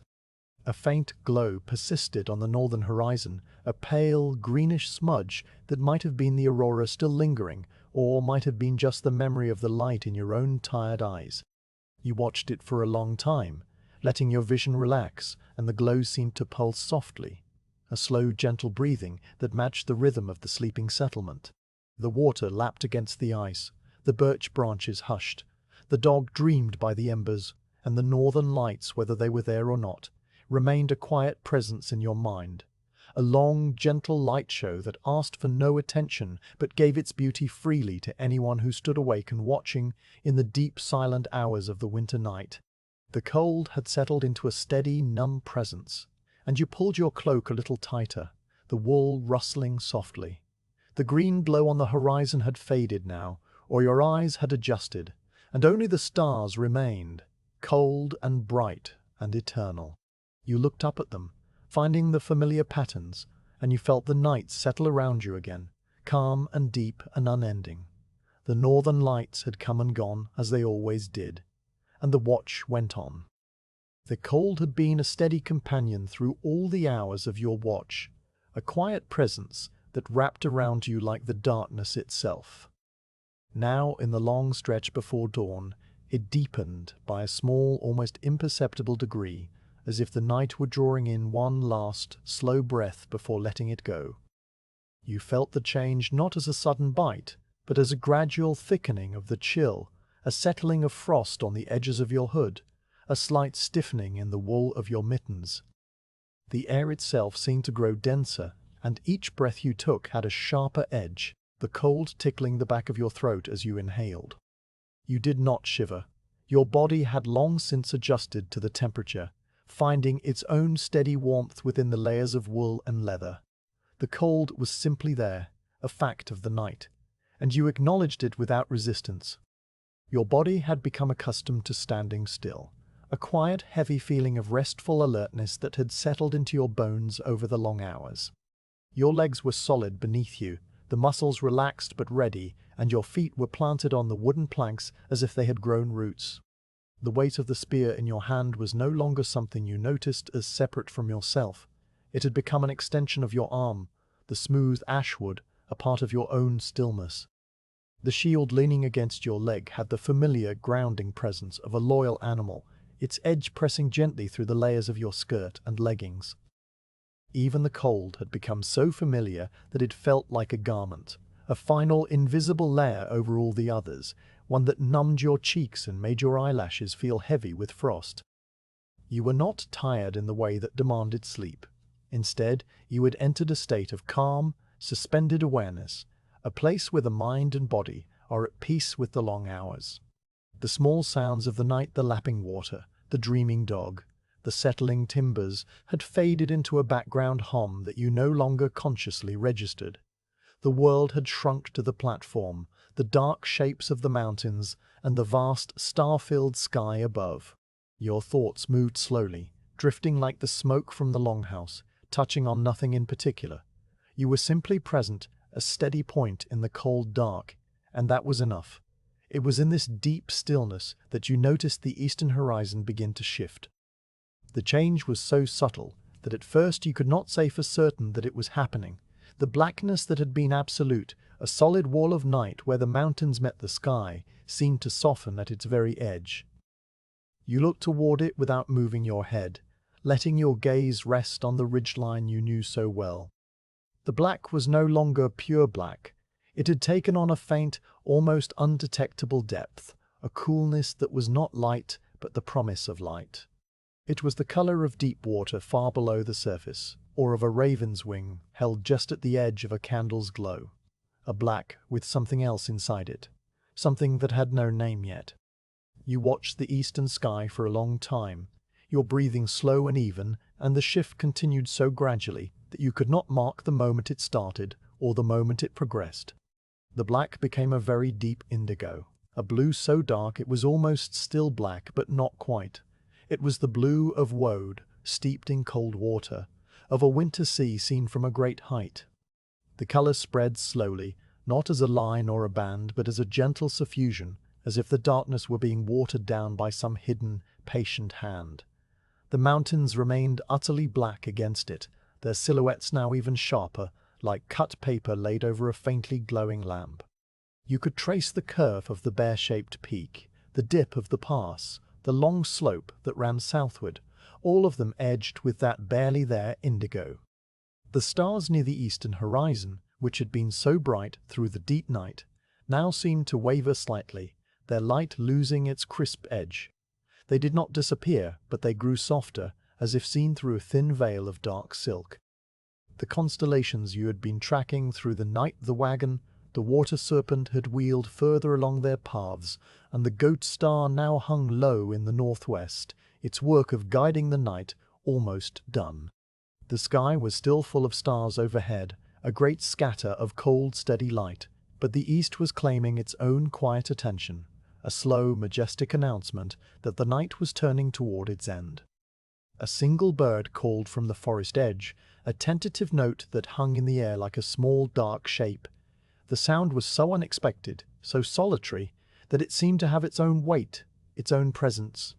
It was not a song, not the full-throated declaration of daylight. It was a single, questioning pip, a sound that seemed to ask whether the night was truly finished or whether there was still more darkness to come. The note rose a little in pitch, then stopped abruptly, as if the bird itself was surprised by its own voice. You listened for more, but the forest remained silent. The bird had made its single, tentative call, and now it waited, just as you waited, for the light to make up its mind.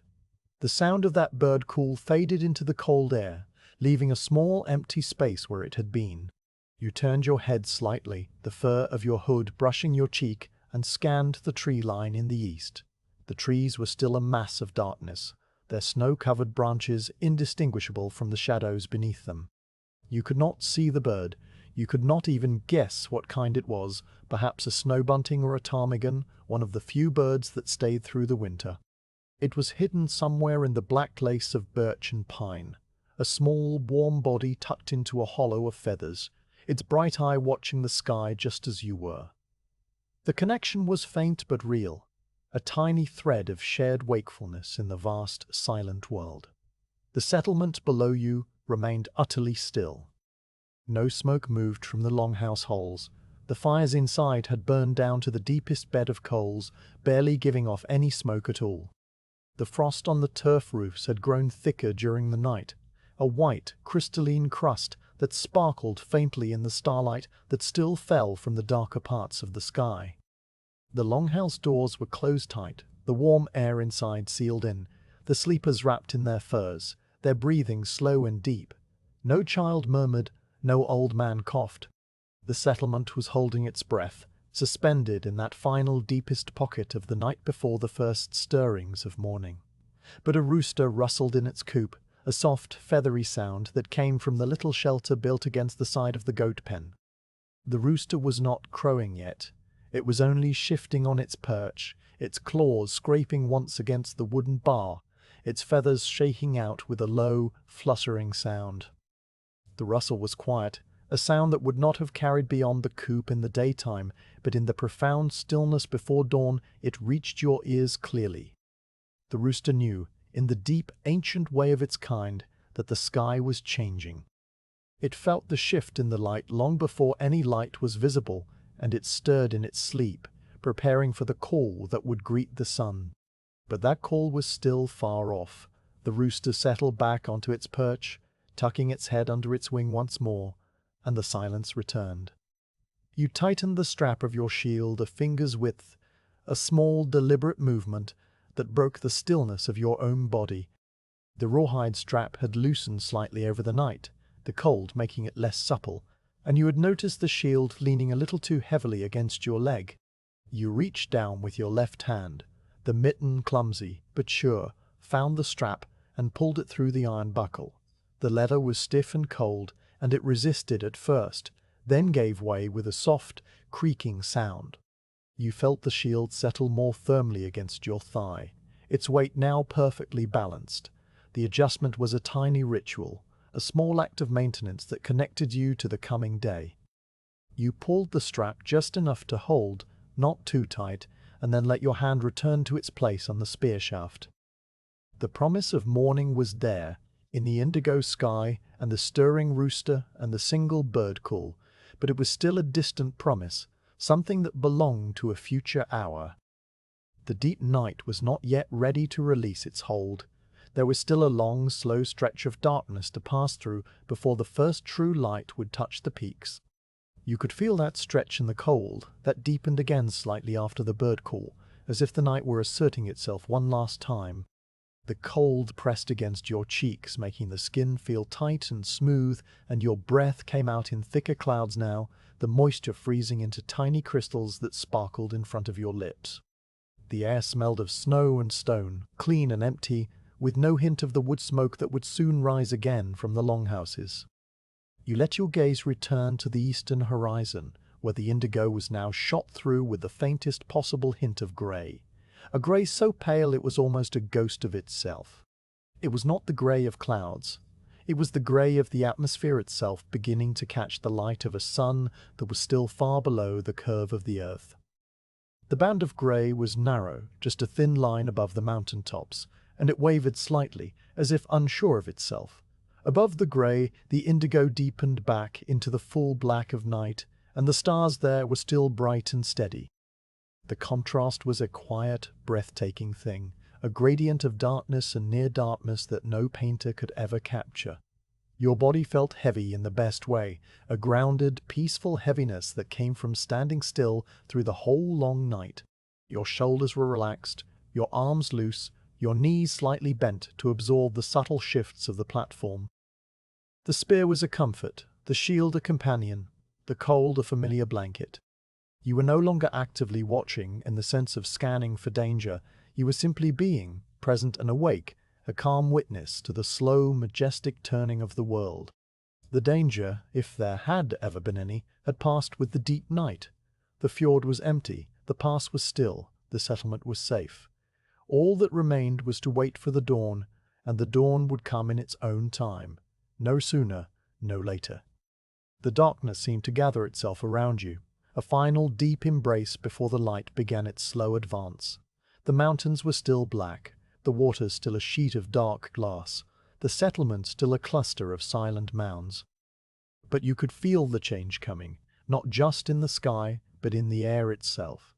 A subtle easing of the cold, a sense of something about to happen.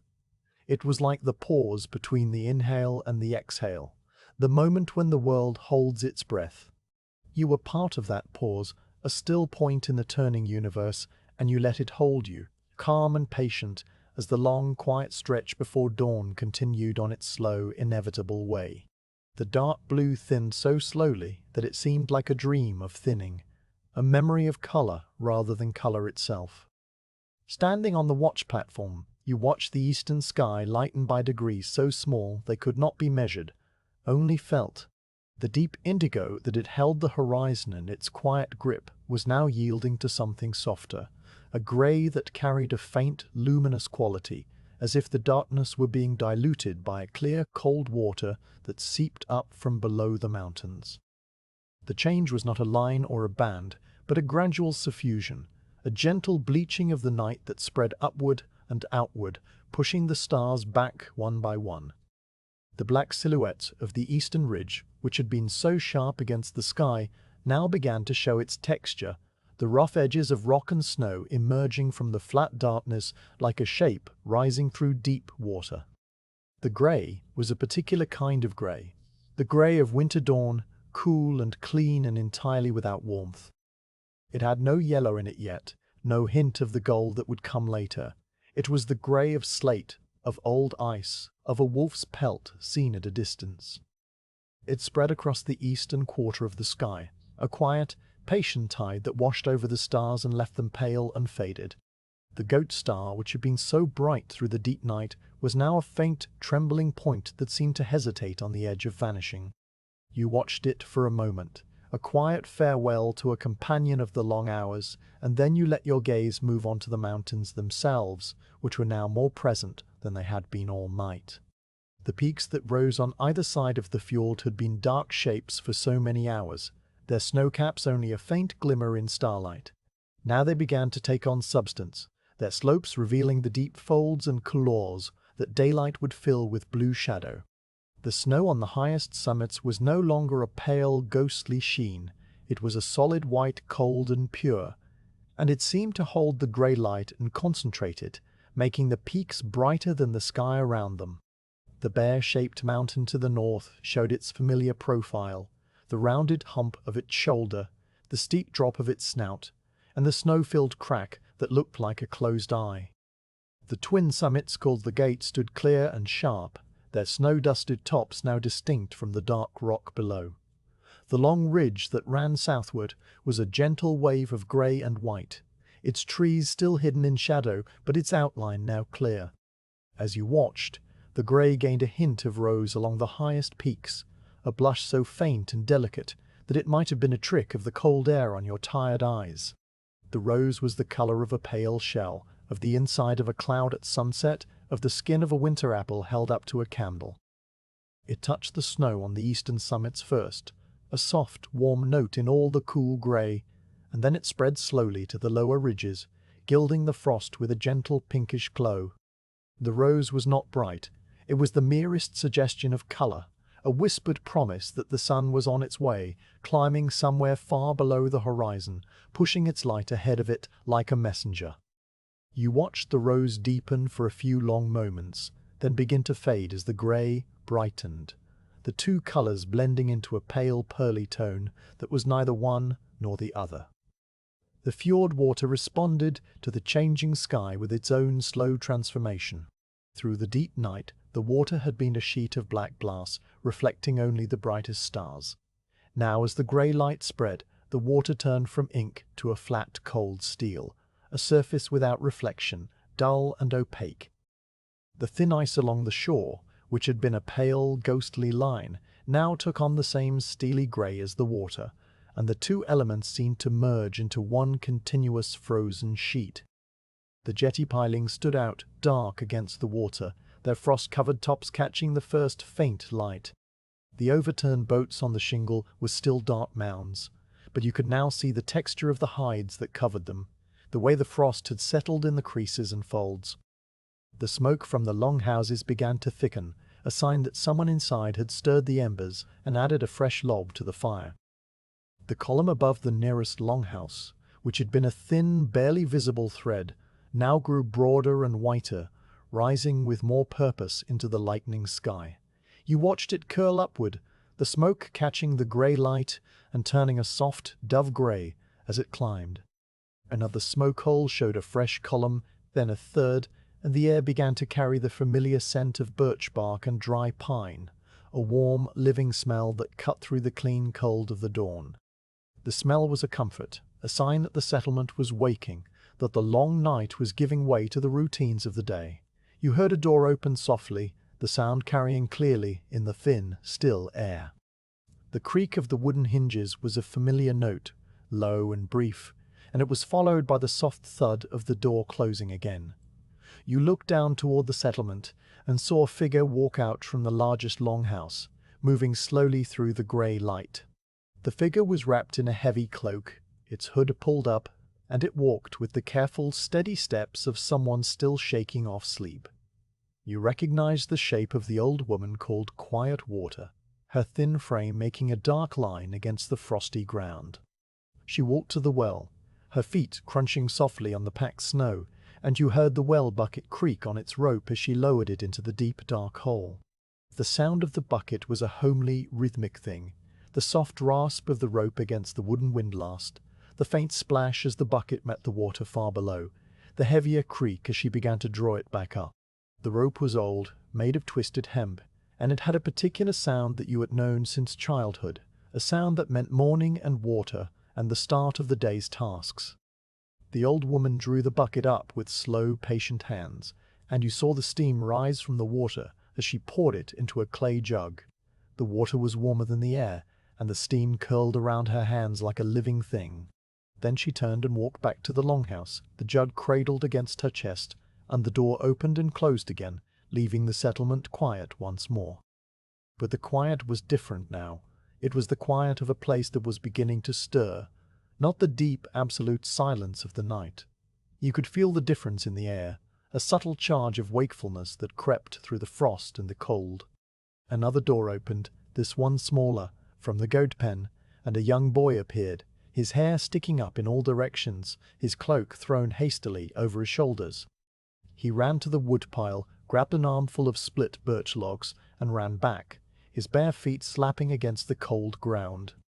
The door closed, and you smiled a little inside your hood, remembering what it was like to be sent out for wood on a cold morning, the way the frost bit at your ankles, the way the fire felt so much warmer when you came back in. The grey sky continued to lighten, the rose tint fading entirely now, replaced by a pale, cool silver that spread across the whole eastern half of the heavens. The stars were almost all gone. Only a few of the brightest still held on in the west, their light feeble and distant. The band of the Sky River, which had been so clear through the night, was now invisible, swallowed by the growing light. The clouds that had drifted in from the north were now visible as soft, grey shapes, their edges touched with a faint, pearly glow. They hung low over the fjord, still and quiet, promising no snow, just a gentle, overcast morning. The mountains on the western side of the fjord were still in deep shadow, their eastern faces now catching the light, while the western slopes remained dark and cold. The contrast made the landscape look sharper, more defined, each ridge and gully standing out in crisp relief. The snow on the western peaks was still a pale, cold white, untouched by the dawn, and it would remain so until the sun climbed high enough to reach over the eastern summits. That would be hours yet. The sun was still hidden, its light only a promise carried on the grey air. The water of the fjord had changed again, the flat steel giving way to a slightly lighter, more reflective surface. Near the shore, where the ice was thin and broken, you could see the faint, wavering reflection of the lightening sky, a pale grey mirror that shimmered gently as the current moved below. The ice itself was now clearly visible, a rough, white crust that lined the shore and reached out in small, jagged tongues into the darker water. The ice had grown thicker during the night, and its surface was textured with tiny, feathery crystals that caught the light and sparkled faintly. More sounds rose from the settlement as the waking spread. A cow lowed from inside the byre, a deep, resonant sound that vibrated through the turf walls and out into the cold air. The low was not distressed. It was the patient, insistent call of an animal that knew it was time to be milked, its udder full and heavy. You heard the voice of a woman answering, her words muffled, but her tone calm and unhurried. Then the scrape of a wooden bowl against stone, the splash of water being poured, the clink of a clay cup against a wooden board. These small domestic sounds layered on top of each other, weaving together into the gentle, rhythmic tapestry of morning. You remained at your post, observing the waking without haste, knowing your watch would end only when the full light stood on the water. The spear was still in your hand, the shield still against your leg, but your body had shifted out of the deep stillness of the night into a lighter, more alert presence. You were still watching, still guarding, but the nature of the watch had changed. It was no longer a vigil against the dark, but a quiet witnessing of the world's slow return to life. You scanned the fjord one more time, your gaze moving from the jetty to the headland, and you saw nothing but the grey water and the grey sky and the patient, waiting mountains. The light grew stronger by the minute now, the grey brightening to a pale, clean silver that made the snow sparkle and the frost on the platform planks glitter like a dusting of tiny glass beads. The fur on your hood was tipped with frost crystals that caught the light and held it, a small cold rainbow at the edge of your vision. Your breath still came out in clouds, but the clouds were smaller now, the air warming by fractions too small to feel. The cold was losing its edge, retreating slowly back toward the mountains, leaving behind a world that was ready to begin again.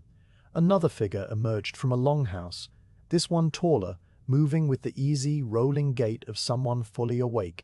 It was one of the young men carrying a wooden bucket toward the goat pen. He stopped for a moment and looked up at the sky, his face a pale oval in the grey light, then continued on his way. The goats bleated a greeting, their high, reedy voices carrying clearly, and you heard the young man laugh at something, a low, brief sound that was swallowed by the cold.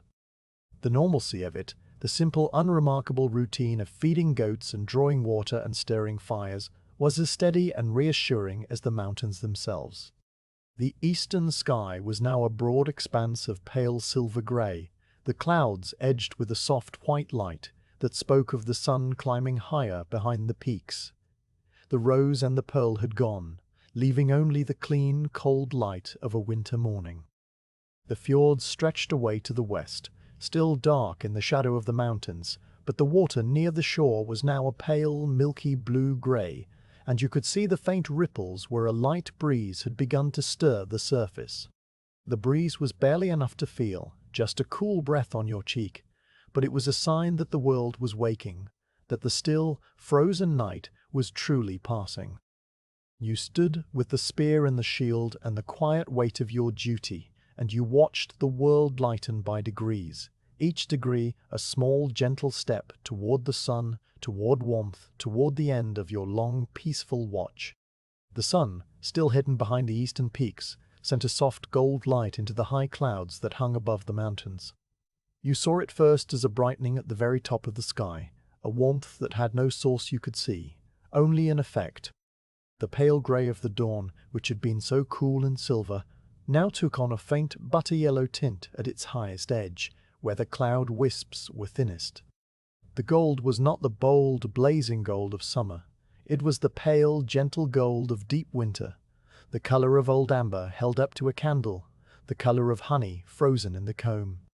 It spread slowly downward, touching the bellies of the clouds, and the grey became a soft, glowing pearl that seemed to hold light rather than reflect it. The fjord glowed dully in response, its surface changing from the flat, cold steel of deep dawn to something warmer, a dark, lustrous pewter that shimmered faintly where the light touched it.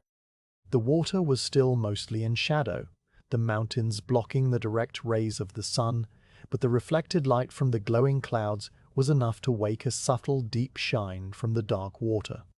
Near the shore, where the thin ice had formed during the night, the frost on the jetty planks began to sparkle, a million tiny points of light that flickered and winked as the angle of the light changed. Each crystal of frost was a small, perfect prism, and together they made the old dark wood of the jetty look as though it had been dusted with crushed diamonds. The sparkle was quiet, motionless, a silent celebration of the returning light. More sounds rose from the settlement below, the gentle, rhythmic noises of a community stirring into its day. A child's sleepy voice called out from inside the nearest longhouse, a high, questioning note that was answered by a woman's low, calm murmur. The words were too muffled to understand, but the tone was clear, reassurance, the promise of breakfast, the comfort of the familiar.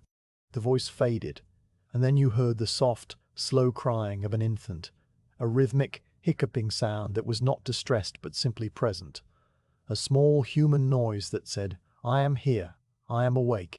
The crying was soothed by a humming voice, an old lullaby that you recognized, its melody rising and falling like the lapping of the water. The humming went on for a little while, and then the crying stopped, and there was only the hum, and then the hum stopped too. The lowing of a cow came from the byre, deeper and more insistent than before, a full-throated call that vibrated through the turf walls and out into the cold morning air. The cow knew it was time to be milked, and it was announcing its readiness to anyone who would listen.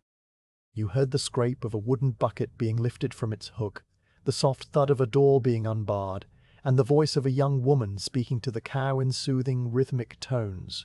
The cow lowed again, softer this time, and then there was the sound of milk streaming into the bucket, a thin, steady hiss that was one of the oldest sounds in the world, a sound of nourishment and care and the simple daily rhythm of life. The scrape of a wooden bowl against a stone hearth came from another longhouse, the sound of someone ladling out the morning porridge. You could smell it now, the warm, nutty scent of barley cooking, mixing with the birch smoke from the freshened fires.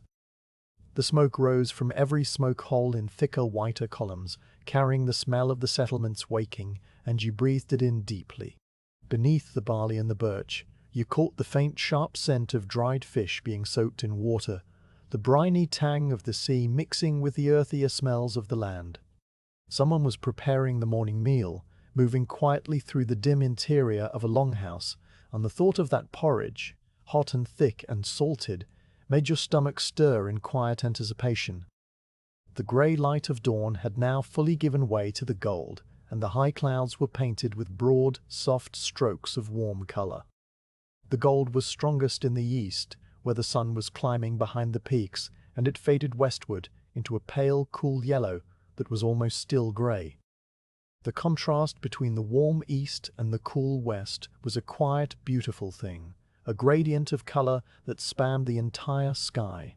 The mountains on the eastern side of the fjord were now fully lit, their snowcaps blazing white and gold, their rocky faces revealed in all their rugged detail. You could see the dark green of the pines on the lower slopes, the deep blue shadows of the gullies, the sharp black lines of the ridges where the rock broke through the snow.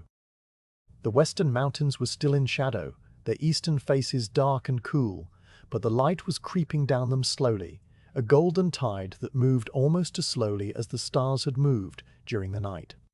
The line between light and shadow was sharp, a diagonal slash across the slopes, and you could watch it descend if you had the patience.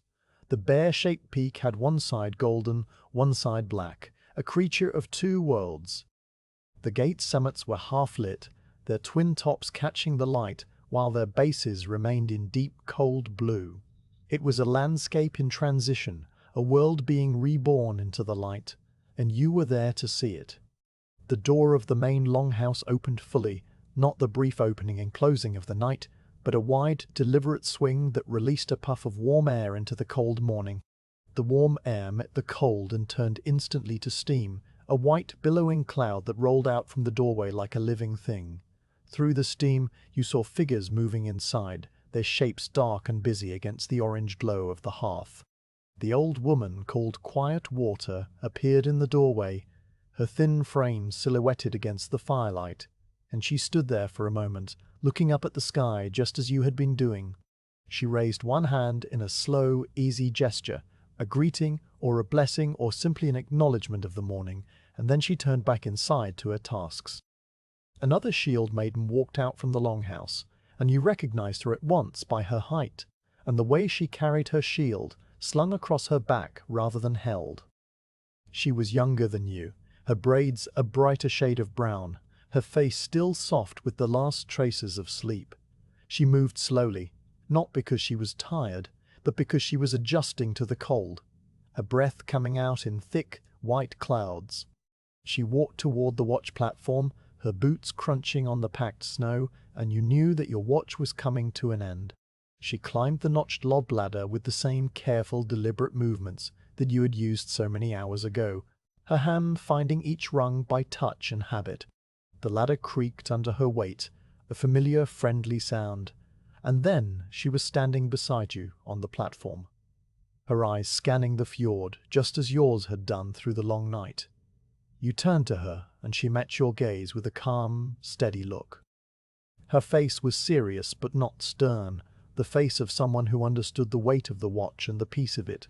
You handed her the spear, the smooth ashwood passing from your grip to hers, and the transfer was a quiet, wordless ritual.